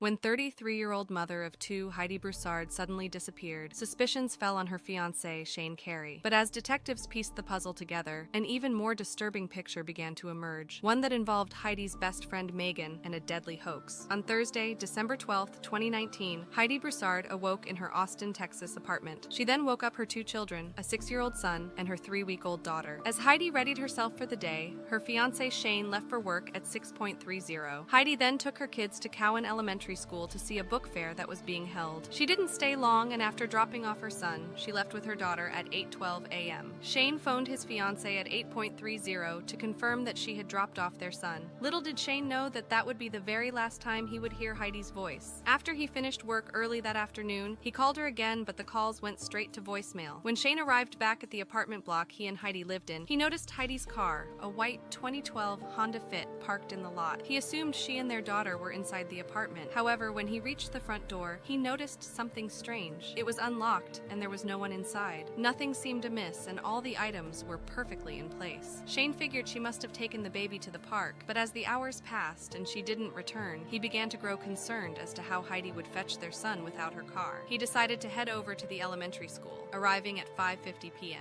After collecting his son, the pair waited for Heidi, but she never arrived. After some time, Shane headed back to the apartment with his son. He decided to check Heidi's car to see if there were any clues as to where she might have gone. Strangely, he found the car was also unlocked, and Heidi's red purse containing all her personal belongings was sitting inside. Not only that, but all of the supplies needed for their newborn daughter, who suffered from jaundice, were still in the apartment. Shane knew Heidi would never leave without her belongings or their baby's necessities, at least not for long. Panicked, he began calling friends and family, but nobody had heard from Heidi. Finally, at 7:31 p.m., Shane called the Austin Police Department and reported Heidi and their daughter as missing. A search was swiftly conducted throughout the area, and flyers of Heidi and the couple's daughter were widely circulated. The next morning, Shane provided his first official statement to detectives, eager to cooperate. After gathering as much information as possible, detectives obtained an emergency disclosure order and ordered an emergency ping for Heidi's phone number, which showed up as active. The hope was that this 48-hour ping would provide a location that could serve as a starting point for the search for Heidi and her baby. Later that day, Shane appeared on television, making an emotional public plea for the safe return of Heidi and their child. As news spread of the disappearance, there was an outpouring of love and concern, but none were as distraught as Heidi's best friend, Megan Firamuska. Heidi and Megan had met as teens at a Bible camp and often referred to each other as besties. In 2019, the lifelong friends bond only deepened when they both discovered they were pregnant at the same time. Megan was even present at the birth of Heidi's daughter, driving from Houston to Austin, despite being heavily pregnant herself. Because Megan lived in Houston, Shane had given her a set of keys to his and Heidi's apartment, which she used as a base for several days. When Megan was contacted regarding her best friend's disappearance, she was quick to point the finger at Shane, claiming she had warned Heidi against him and alleging abuse. She would certainly not be the last to suspect foul play regarding Shane Carey, but the truth was far more sinister than it appeared. On Sunday, December 15th, after the emergency 48-hour ping yielded no results, Shane made another desperate public plea, begging for Heidi to come home and for anyone to reach out to him. To most, it appeared that Shane was an emotionally broken man, unable to cope with his distress. But not everyone was convinced. Meanwhile, investigators tried to remain as neutral as possible, concluding that either Heidi had left voluntarily or she had been kidnapped. But Heidi's friends refused to believe she would ever leave her son, and one even alluded back to Shane's involvement and his behavior after learning Heidi was missing. In the account, the friend was quoted as saying, "I specifically remember a time she was at my house and didn't answer the phone. He showed up to my house freaking out right after work." It seemed the loving and doting figure Shane was playing to the public differed from the accounts of those close to Heidi, and as the days passed, more and more people began to doubt his version of events. It was eventually revealed that Heidi had repeatedly tried to break things off with Shane in the past, and had accused him of physically assaulting her in March 2019. She even documented photos of the bruising to her arms and legs and sent them to a friend. As rumors swirled, investigators were running out of time,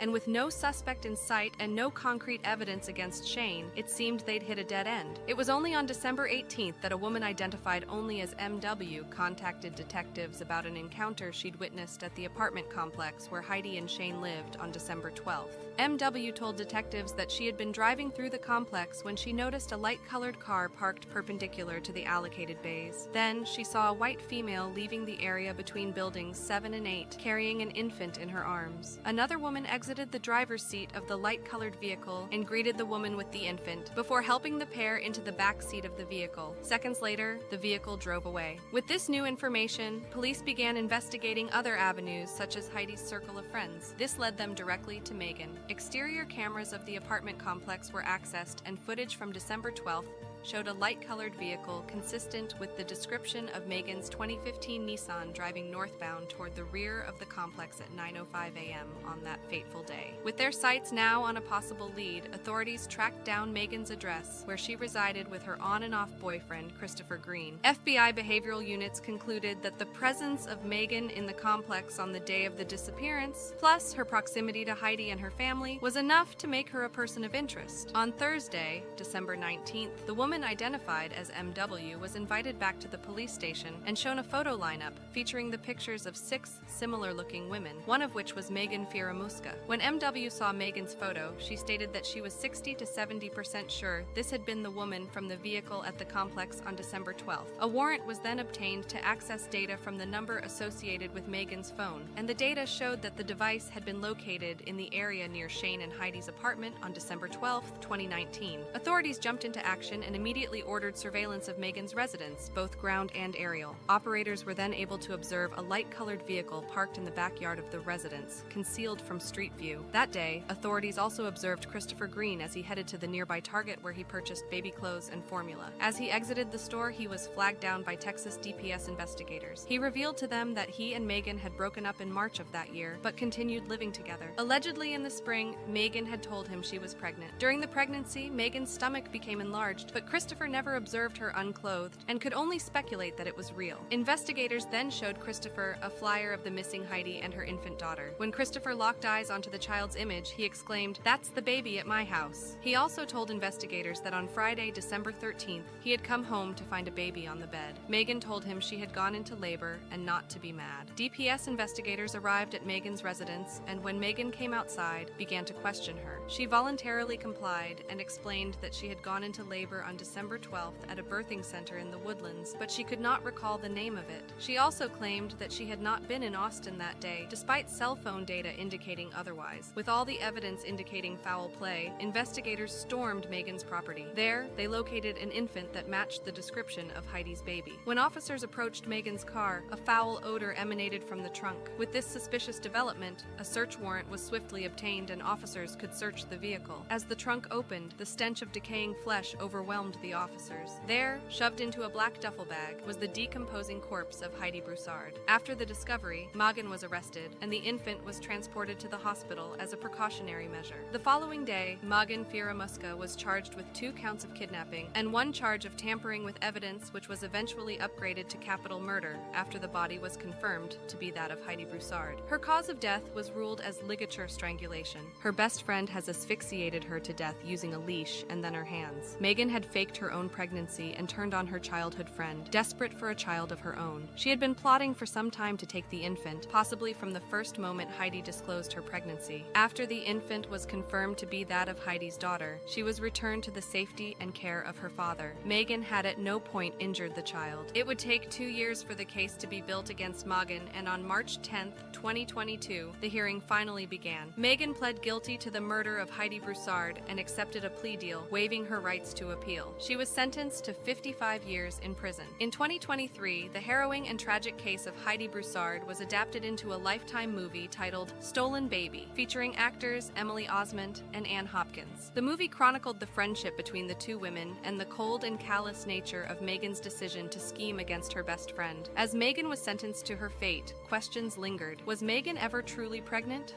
or was it a part of her calculated deception? What motivated her to turn on her lifelong friend in such a callous manner? And how is it possible that no one saw it coming? The harrowing events surrounding Heidi Brousard's tragic demise left a scar on the community, raising unsettling questions about trust, friendship, and the depths to which some will go for their darkest desires.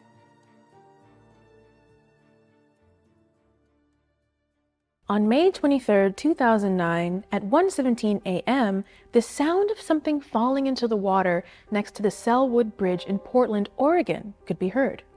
It wasn't completely out of the ordinary for items like bottles or shopping carts to be thrown in over the bridge, but when the next thing heard after the fall were cries for help, no one could have prepared for what happened next. A couple that lived in a condo by the water called 911. David Hogg, who lived in a floating home along the river, also heard the cries for help and sat out on his motorboat to find whoever was screaming. It was 25 minutes before David and his companion Cheryl Robb saw the young girl. David jumped in the water and grabbed her. He was swimming her back to the boat when Cheryl yelled, "My God, there's another one." David swam to the other child who was face down in the water. He wasn't breathing. Authorities arrived at 2:10 a.m. There were so many questions. Who were these children? Why had they been out so late? Did they fall? Were they kidnapped? Were there more children out there? How did they get here? Fortunately, it didn't take long to get answers. But unfortunately, a crime had been committed. And what was worse, it happened at the hands of the two children's own mother. You're watching Killer Bites. I'm Monica, and this is the story of Amanda Stott-Smith. Amanda grew up in a conservative Christian household. She attended George Fox University, which is a Quaker school in a small town in Oregon. I actually get down with the Quakers because they're pacifists, so usually I'm like, all right. Although it was a religious school, Amanda was eager to party and longed for male attention. Me too, girl, me too. She became a single mother at 20 when her son, Gavin, was born, and Gavin's father, Nathan, joined the Navy. She found herself living off of food stamps, but was unable to remain in school and also continued partying. Okay, not the best combination, but she would also regularly leave her infant son with her friends while she went out. It wasn't long before Amanda found herself pregnant again. This time it was by her dealer. They became engaged, but he didn't have much money. Amanda confided in her grandmother that she didn't want to marry someone that was strapped for cash. Even though she found herself in a place she wasn't sure she wanted to be in, engaged to a man she didn't want to be with, an incredibly sad turn of events took place, and midway through the pregnancy, her fiancé took his own life. Amanda gave birth to her second child, who she decided to give up for adoption. But Amanda was quick to find a new boyfriend, and his name was Jason Smith. He came from a good family and had just inherited some money, but he had a history of drug problems. At 24, he had already been in and out of rehab, but was still using. Regardless of his issues, Amanda and Gavin moved in with Jason. Their relationship was toxic from the start. Alcohol and drugs remained consistent as soon as their relationship began in 2000. In June of 2000, police were dispatched to an incomplete 911 call made. When they arrived, Amanda told them that Jason had held her by the wrists to prevent her from leaving. Because her young son was there, child welfare caseworkers were notified. They referred Jason to DV counseling, and the case was closed. In August of 2000, Amanda reported another instance of DV, alleging that Jason tried to strangle her in front of Gavin. Child welfare workers were called, but they could not locate the family, so the case was closed. I think people are confusing closed for incomplete or do your job in this case. Jason's mother, Christine Duncan, didn't trust Amanda. According to court records, in 2000, Christine asked the court to appoint Jason's stepfather as his conservator. She cited Jason's longtime drug problems and current abusive relationship with a girlfriend had resulted in him being financially exploited. She told the court that her son was not being financially responsible and was drinking too much. She said he was in an apparently dysfunctional relationship with Amanda and was spending extravagantly on her and alcohol. A counselor gave written testimony for the petition.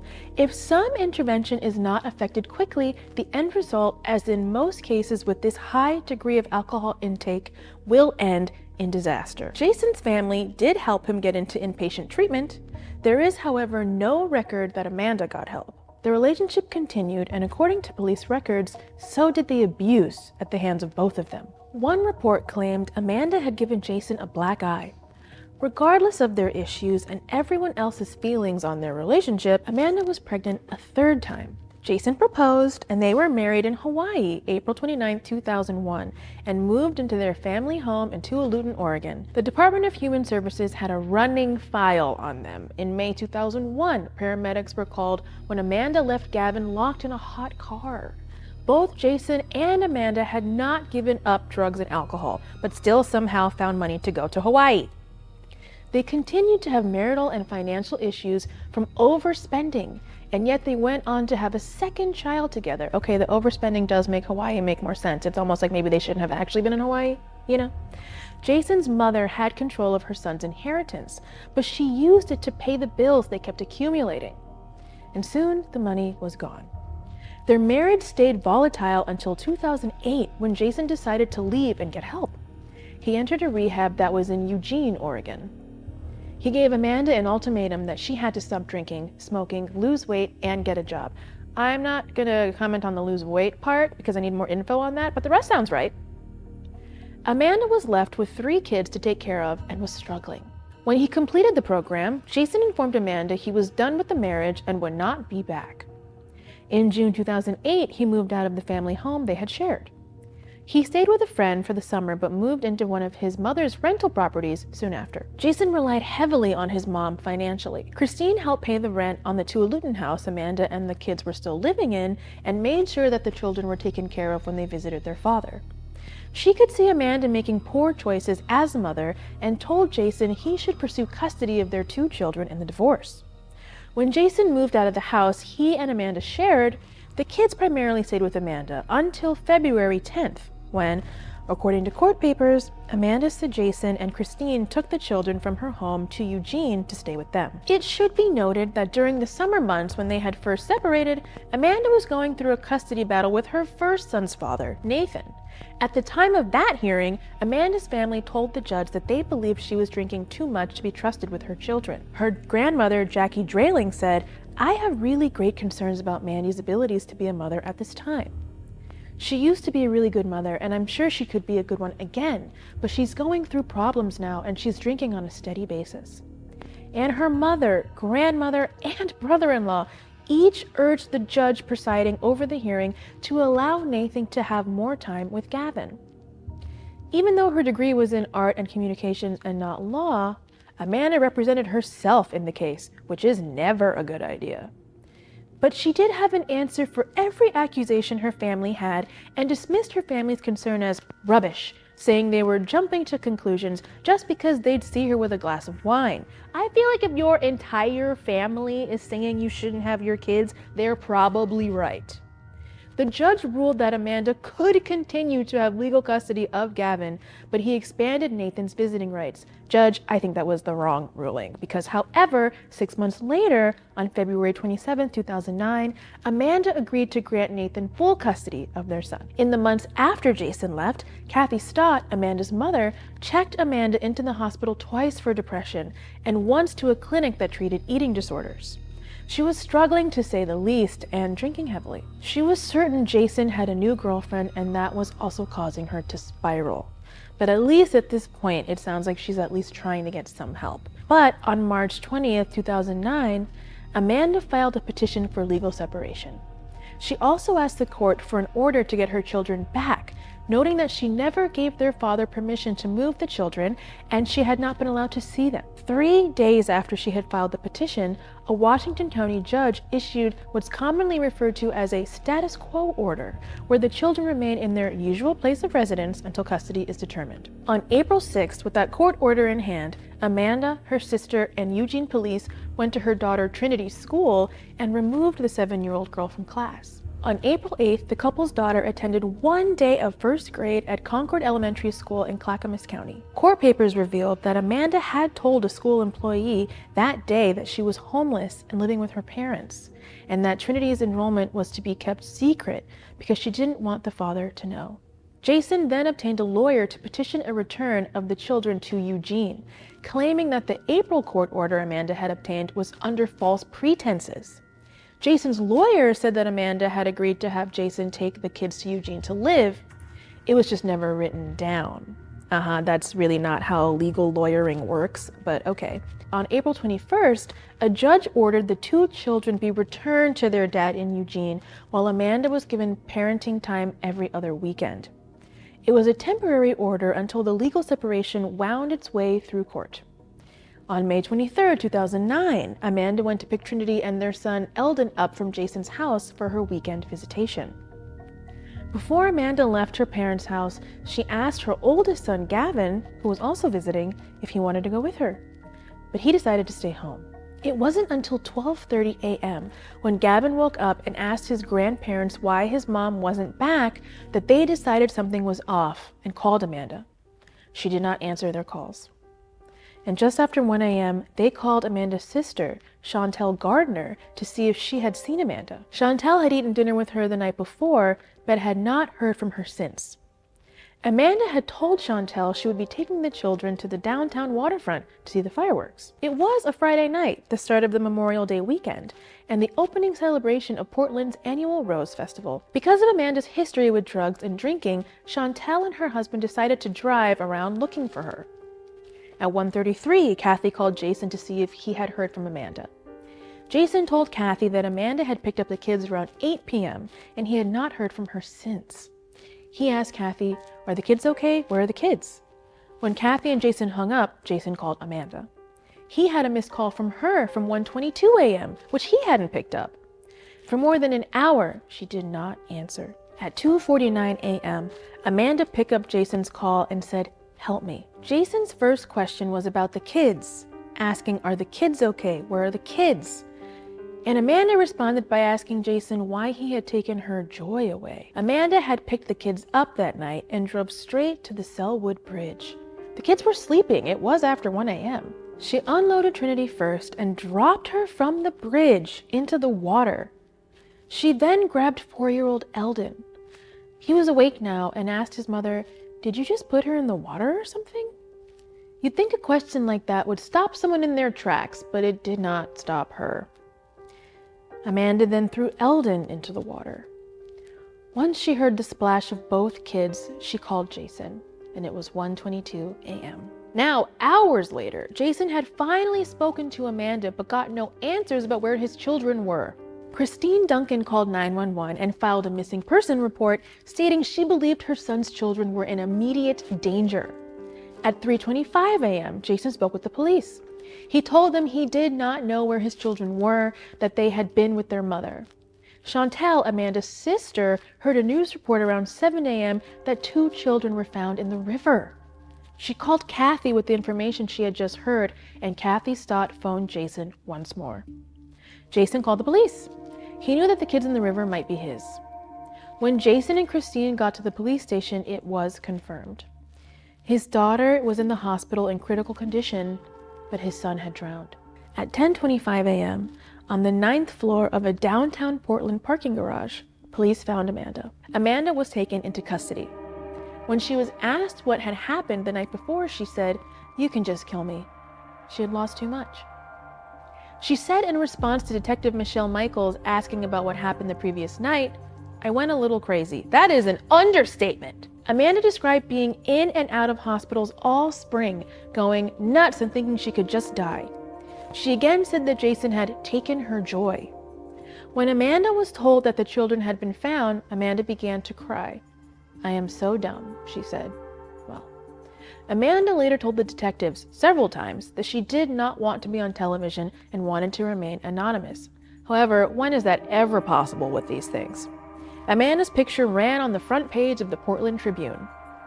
Advocates for capital punishment argued that mothers who killed their children are the reason the state has the death penalty. After 4 settlement hearings, Amanda avoided the death penalty by taking a plea deal and pleaded guilty to having intentionally caused the death of her son and intentionally attempting to cause the death of her daughter. This is very interesting because this woman was raised Quaker. Quakers are also very against the death penalty, so I find that fascinating.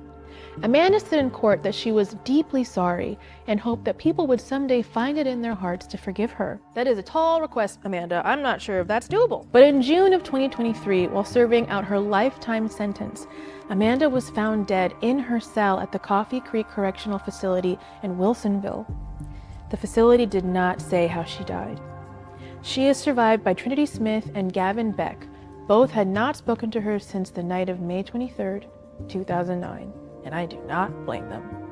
And that is the story of Amanda Stott-Smith, those poor children, a completely tragic story. Could any of this be avoided if CPS or DHS had followed up more aggressively on any of the reports made early on? There was such a big running file on Amanda and Jason. It does bring some peace to know that Trinity made it out alive and by all reports is doing well today, or as well as she can be doing. I'd love to hear your thoughts in the comments. I'm Monica, and thanks for watching Killer Bites.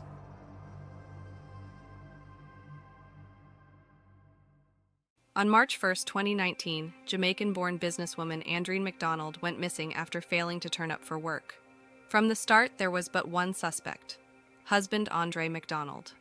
At first, he stayed silent, But eventually, the brutal truth of an American dream turned nightmare would be revealed. When 29-year-old Andreen McDonald was reported missing by her mother Maureen, deputy sheriffs wasted no time in visiting the McDonald home within a gated community in San Antonio. Upon arrival, it wasn't long before the deputy spotted some peculiar signs of foul play. Blood and hair were visible on a light switch in the bedroom, and in the beautifully manicured backyard, a suspicious burn pile was present. The remnants of a zipper were visible within the ashes, indicating that an article of clothing had been mysteriously and purposefully burnt. A blood smear was also found on the door in the bathroom, and Andreen's cell phone, keys, and purse were still in the home, which only further raised suspicion that something horrible had taken place. Both of her vehicles were still parked in the driveway, ruling out any possibility that she had voluntarily gone somewhere and simply forgotten her belongings at home.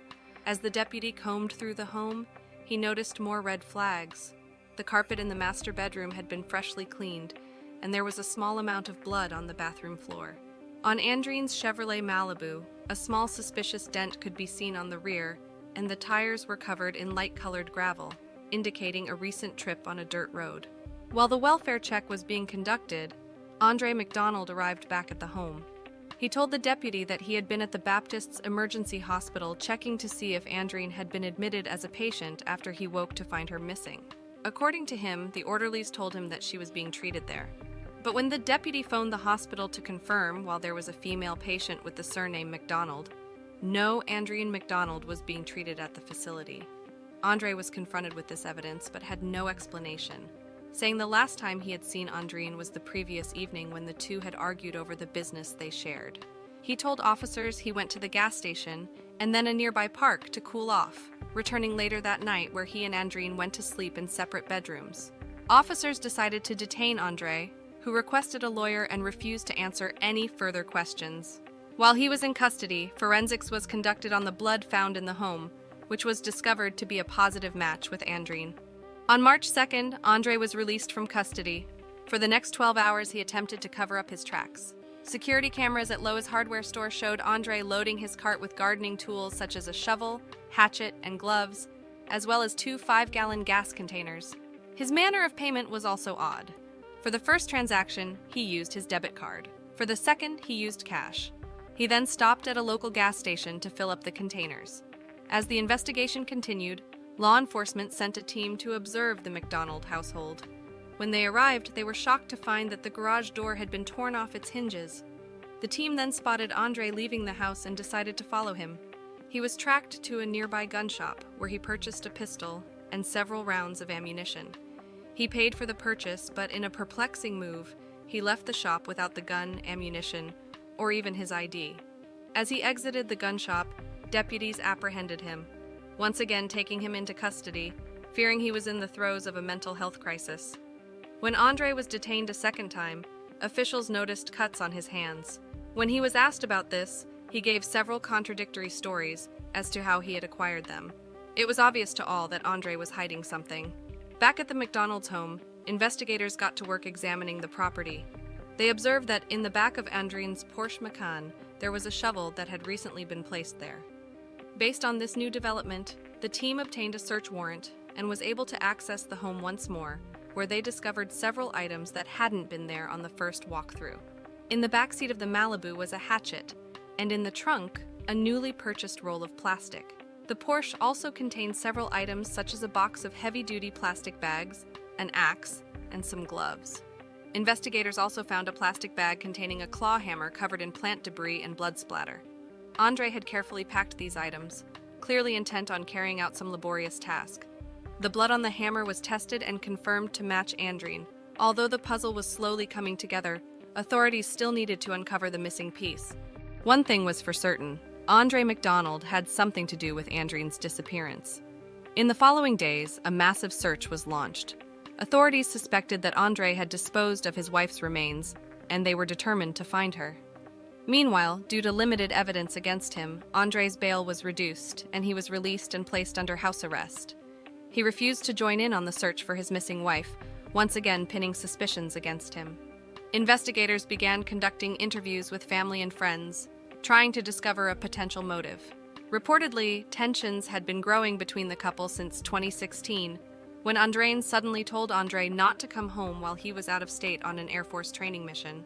When he did inevitably return, he discovered that Andreen had acquired 2 new tattoos, a date on her wrist and an infinity symbol with the letter A. Andre knew that the letter could only stand for one thing: Andreen's ex-boyfriend's initials. Andreen's ex-boyfriend Aubin had a matching tattoo on his chest, confirming Andre's worst fears. As for the date on Andreen's wrist, it was that of Aubin's birth date. Andre filed for divorce, however the proceedings were abruptly stopped in 2017. For the next 3 years, he and Andreen settled into a smooth co-parenting routine. But in 2019, old resentments began flaring up once more after Andreen expressed her desire to return to Jamaica to be with Aubin. On July 11, 2019, a local farmer smelled a foul odor while driving a tractor on the length of his property just 6 miles from the McDonald's home. There, by the tree line of the property, was a human skull. The remains had been concealed with wood and the bones of a dead cow. There was also evidence that they had been set on fire. Officials soon confirmed that the skeletal remains were human and belonged to Andreen. Andre was immediately placed under arrest under suspicion of first-degree murder. Due to delays, his trial would only begin in early 2023. Shockingly, just 3 days before testimony was due to begin, Andre called Andreen's mother, Maureen, and confessed to murdering her daughter. According to Andre, Andreen allegedly attacked him during an argument, and he was forced to defend himself. Andreen allegedly fell during the struggle, and while she was down, Andre kicked her hard twice. He claimed that he had not intended to kill her. Maureen recounted the tale to the court, describing that Andre had told her that after he had kicked his wife, he could hear her wheezing. Andre then went upstairs after hearing his young daughter's footsteps. 30 minutes later, when he returned, Andreen was dead. Forensic pathologists were able to determine that Andreen's death was due to homicidal violence, including blunt force trauma. But the exact cause of death could not be concluded due to the state of her remains. Several injuries were found, such as a fracture on Andreen's spine and a fractured jaw, more than likely caused by a heavy object rather than a forceful kick, as Andre had claimed. Andre's search history was also exposed in court, with over 249 searches relating to DNA, autopsies, and broken necks. Some of the terms included: how does an autopsy work? How long does it take for bones to turn to dust? DNA decay in humid weather? And do police need probable cause to search your car? When Andre took the stand, he claimed he'd learned of the affair as well as a scheme for all the business assets, which the couple shared, to be transferred into Andreen's name entirely. In his opinion, to gain full access to the assets, Andreen and Aubin were planning on having him killed. But the prosecution argued that if anything, this provided even more motive for Andre to kill his wife in cold blood. Andre claimed that on the day of the murder, he had learned that Andreen had secretly set up a new business called Elena Property Management, using the couple's joint business assets. To Andre, this was confirmation that his wife was planning on effectively robbing him. Andre claimed that he and Andreen began arguing and he threatened to file for divorce. Back at the house, she allegedly lashed out and the two entered into an altercation which resulted in Andre headbutting her and cutting her face. After seeing the damage, Andreen allegedly became enraged and attacked Andre. Andre alleged that when Andreen attacked him, he was afraid for his life, as his wife regularly powerlifted and knew how to throw a punch. Andre stated that he managed to subdue her, flip her over, and then deliver the final fatal kicks. Once Andreen was dead, he drove her body out to the remote countryside before returning with a hammer and gasoline. He stripped his wife naked and set her body on fire. Once the flames had subsided, he began attacking her corpse with the hammer, smashing into her again and again. Despite this admission of rage and unexplained vitriol against his wife's burnt corpse, Andre pled self-defense. After the defense and prosecution presented their closing statements, the jury was sent to deliberate. After 11 grueling hours, they were deadlocked. The judge invoked the Allen charge, urging the undecided voters to come to a unanimous decision, and after another hour of deliberation, a verdict was reached.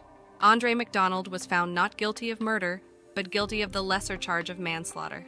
Despite the obvious rage and spite in Andre's actions, such as violently desecrating his wife's body and covering up his tracks, the jury seemed to determine that it was not premeditated. He was sentenced to 20 years in prison with an additional 5 years for tampering with evidence. Throughout the trial, one thing was shockingly clear. Andre had no remorse for what he had done, even appearing uninterested at times and looking up only when Andreen's bones were presented to the jury. As the chilling saga of Andreen McDonald's tragic demise unfolded in the courtroom, the conclusion left a bitter taste of injustice and unanswered questions. Andreen McDonald's confession to the gruesome acts surrounding his wife's death and the subsequent legal proceedings seemed to unravel a twisted tale of resentment and violence. The jury's surprising verdict of manslaughter over murder, despite the brutality exhibited, raised eyebrows and stirred public disbelief. The conflicting narratives, Andre's lack of remorse, and the unsettling details surrounding Andreen's demise linger, casting shadows over the credibility of the justice system and whether Andre truly paid for what he had done.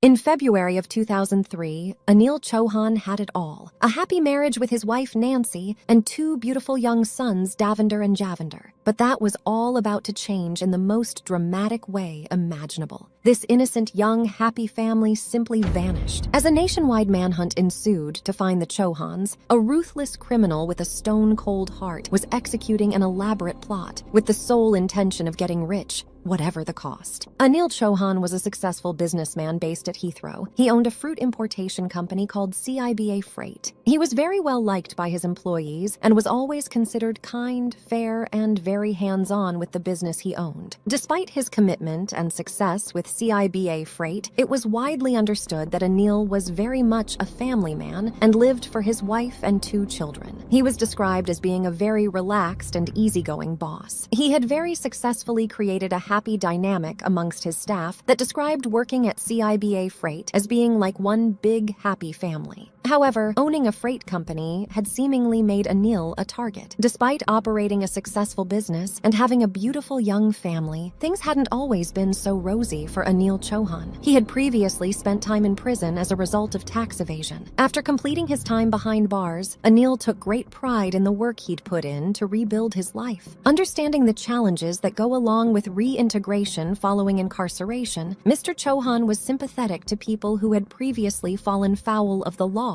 and looked to help them get back on their feet where he could. His good nature and trusting outlook were demonstrated in January 2003, when he hired a new driver that had just recently been released from prison. That person was Kenneth Regan. Anil was understanding of Kenneth's situation and was keen to give the ex-convict driver a second chance. However, Kenneth Regan was no ordinary driver. As it turned out, in the late part of the 90s, just 5 years earlier, Regan was a career criminal who was an expert in drug smuggling. So adept was he in his field, he was nicknamed Captain Cash. Regan used to buy up freight businesses in and around the Heathrow area and use them to smuggle drugs in and out of the country. He was well connected with all the major organized crime families around the country and ultimately lived the high life as a result. A London socialite called Belinda Bruin would ultimately be drawn into Regan's web of deceit and crime after meeting him in a trendy London bar. Despite having no significant educational background, she said that Regan presented himself well and was very charming. After a couple of meetings, she said it was evident that the Captain Cash nickname was well earned. He evidently had a lot of money and wore expensive clothes and fancy watches. He would often be seen carrying a briefcase containing nothing but high-denomination notes. Just cold, hard cash. He was the archetypal drug lord. She stated that he became seemingly obsessed with her and ambushed her with constant phone calls and emails. She couldn't help but find the whole thing quite bizarre. But things got even more surprising for her when a friend advised her that he was going around bragging that she was his girlfriend, something that was categorically untrue. Just days after this revelation back in 1998, Kenneth Regan was found with 25 kg of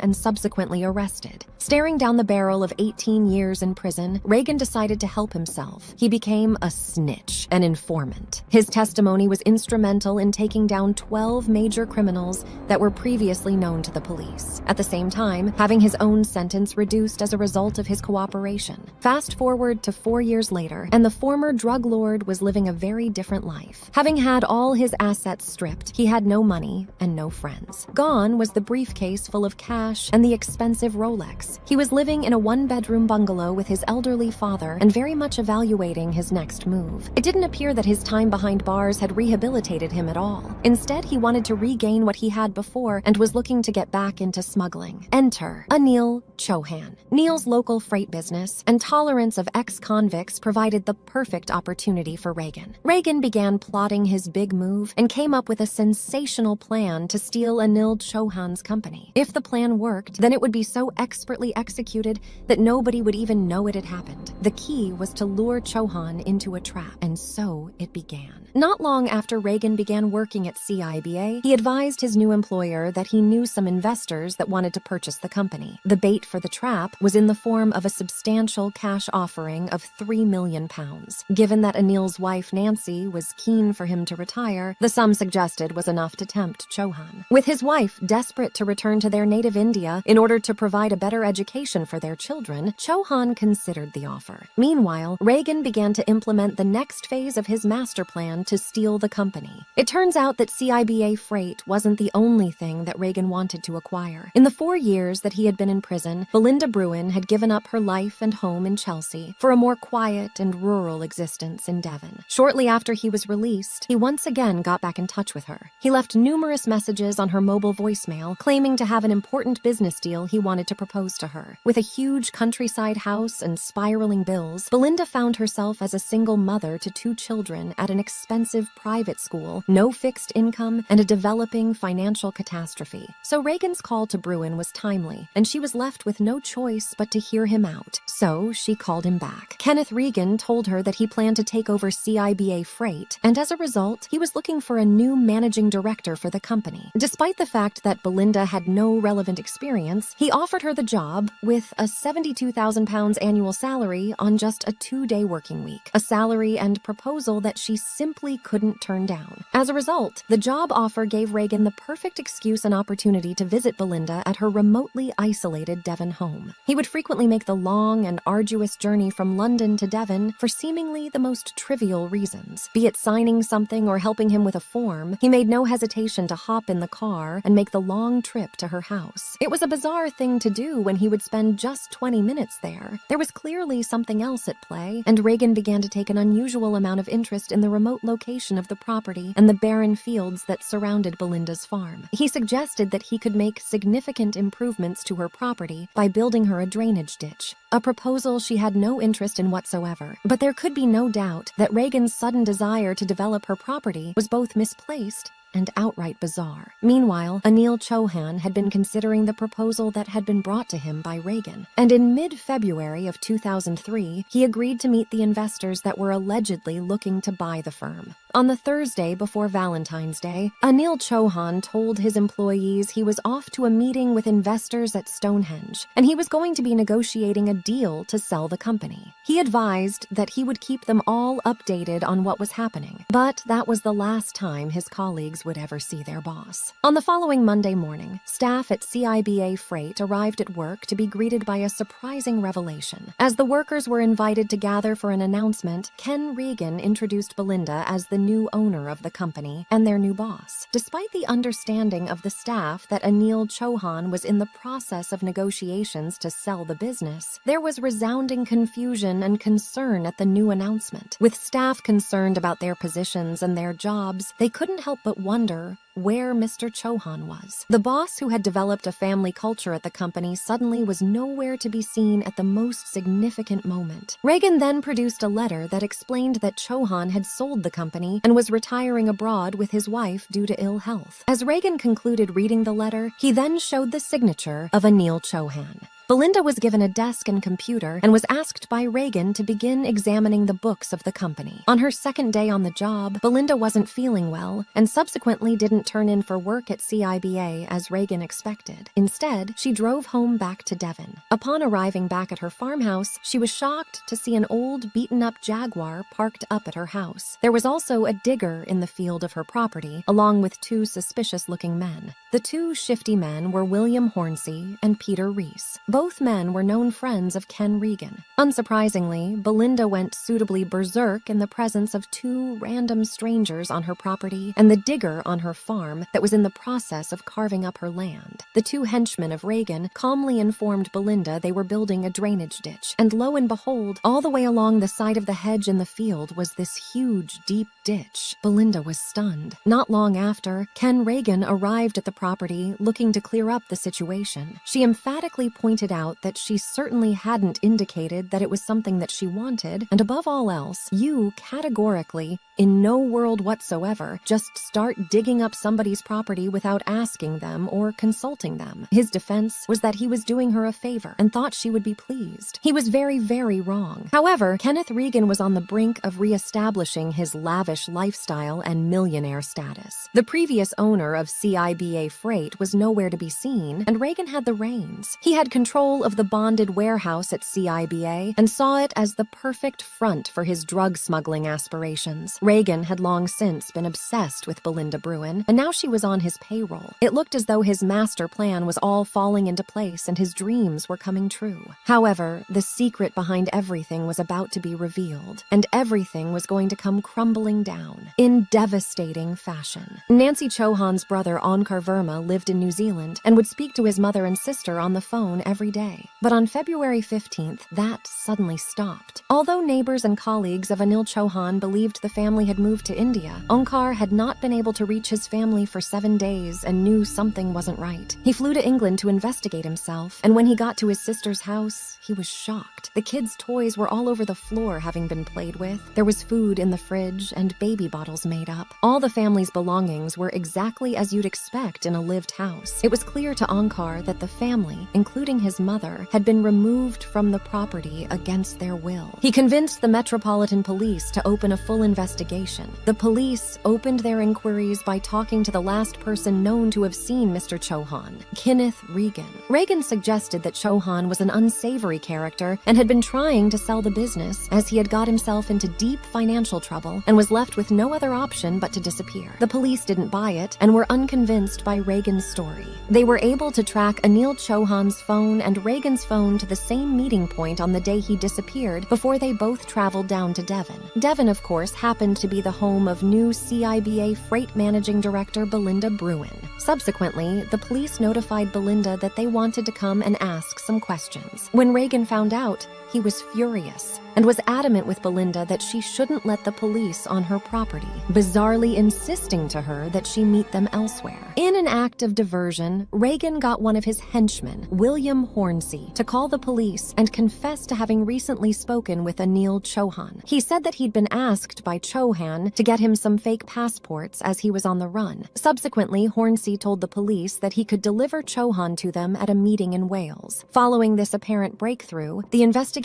called Belinda Bruin and advised that they would no longer be coming to the property for questioning. However, when Chohan inevitably didn't turn up for the proposed meeting in Wales, the police believed they'd been sent on a wild goose chase and picked up their original line of questioning with Belinda Bruin. Upon hearing that the police were going to speak to her again, Regan told her something that she felt was very odd. He said that if the police inquired about what Regan had been doing on her land, just to tell them that he had been helping with her water system. She thought this was very suspicious. Despite Regan's warning, when Belinda spoke to the police, she told them what Regan had said prior to coming to be questioned. As she confirmed to the police that he'd actually been on her land digging a drainage ditch, the pieces began to fall into place for the investigation, or so they thought. As the authorities descended on Belinda's farmland, they began a 5-day forensic excavation in which they were adamant they'd discover the gruesome remains of the Chohan family. However, that wasn't the case, and they were stumped. But a number of weeks later, a shocking discovery in Bournemouth changed everything. Anil Chohan's body was found floating in the sea at Bournemouth Bay. He'd suffered a blow to the head and had tape around his mouth. With this discovery, attention turned to the whereabouts of the rest of Anil's family, and work at the dig site on Belinda's farm continued. Forensic evidence found found at the site confirmed that the drainage ditch had been used as a grave, and Anil's body had been there before being exhumed and dumped in the sea.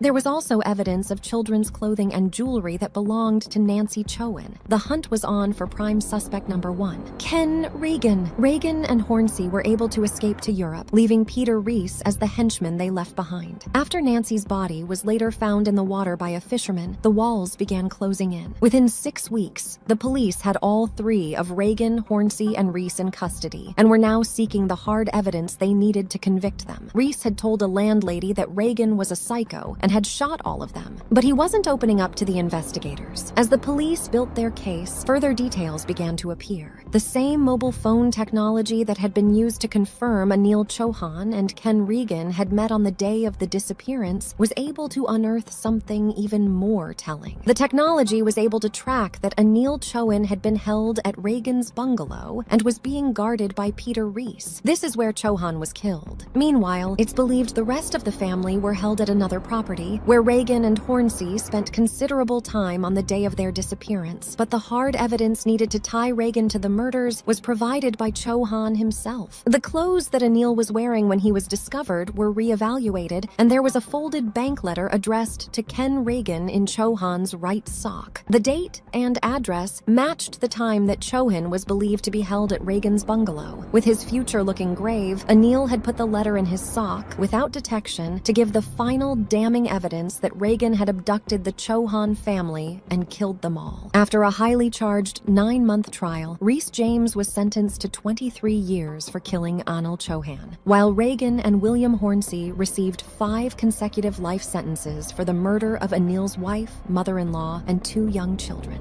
They will never get out of prison. An innocent, happy family met their demise due to the cold, callous greed of one man. One man looking to get rich and regain his former life. A life that will now be spent behind bars until the moment he dies.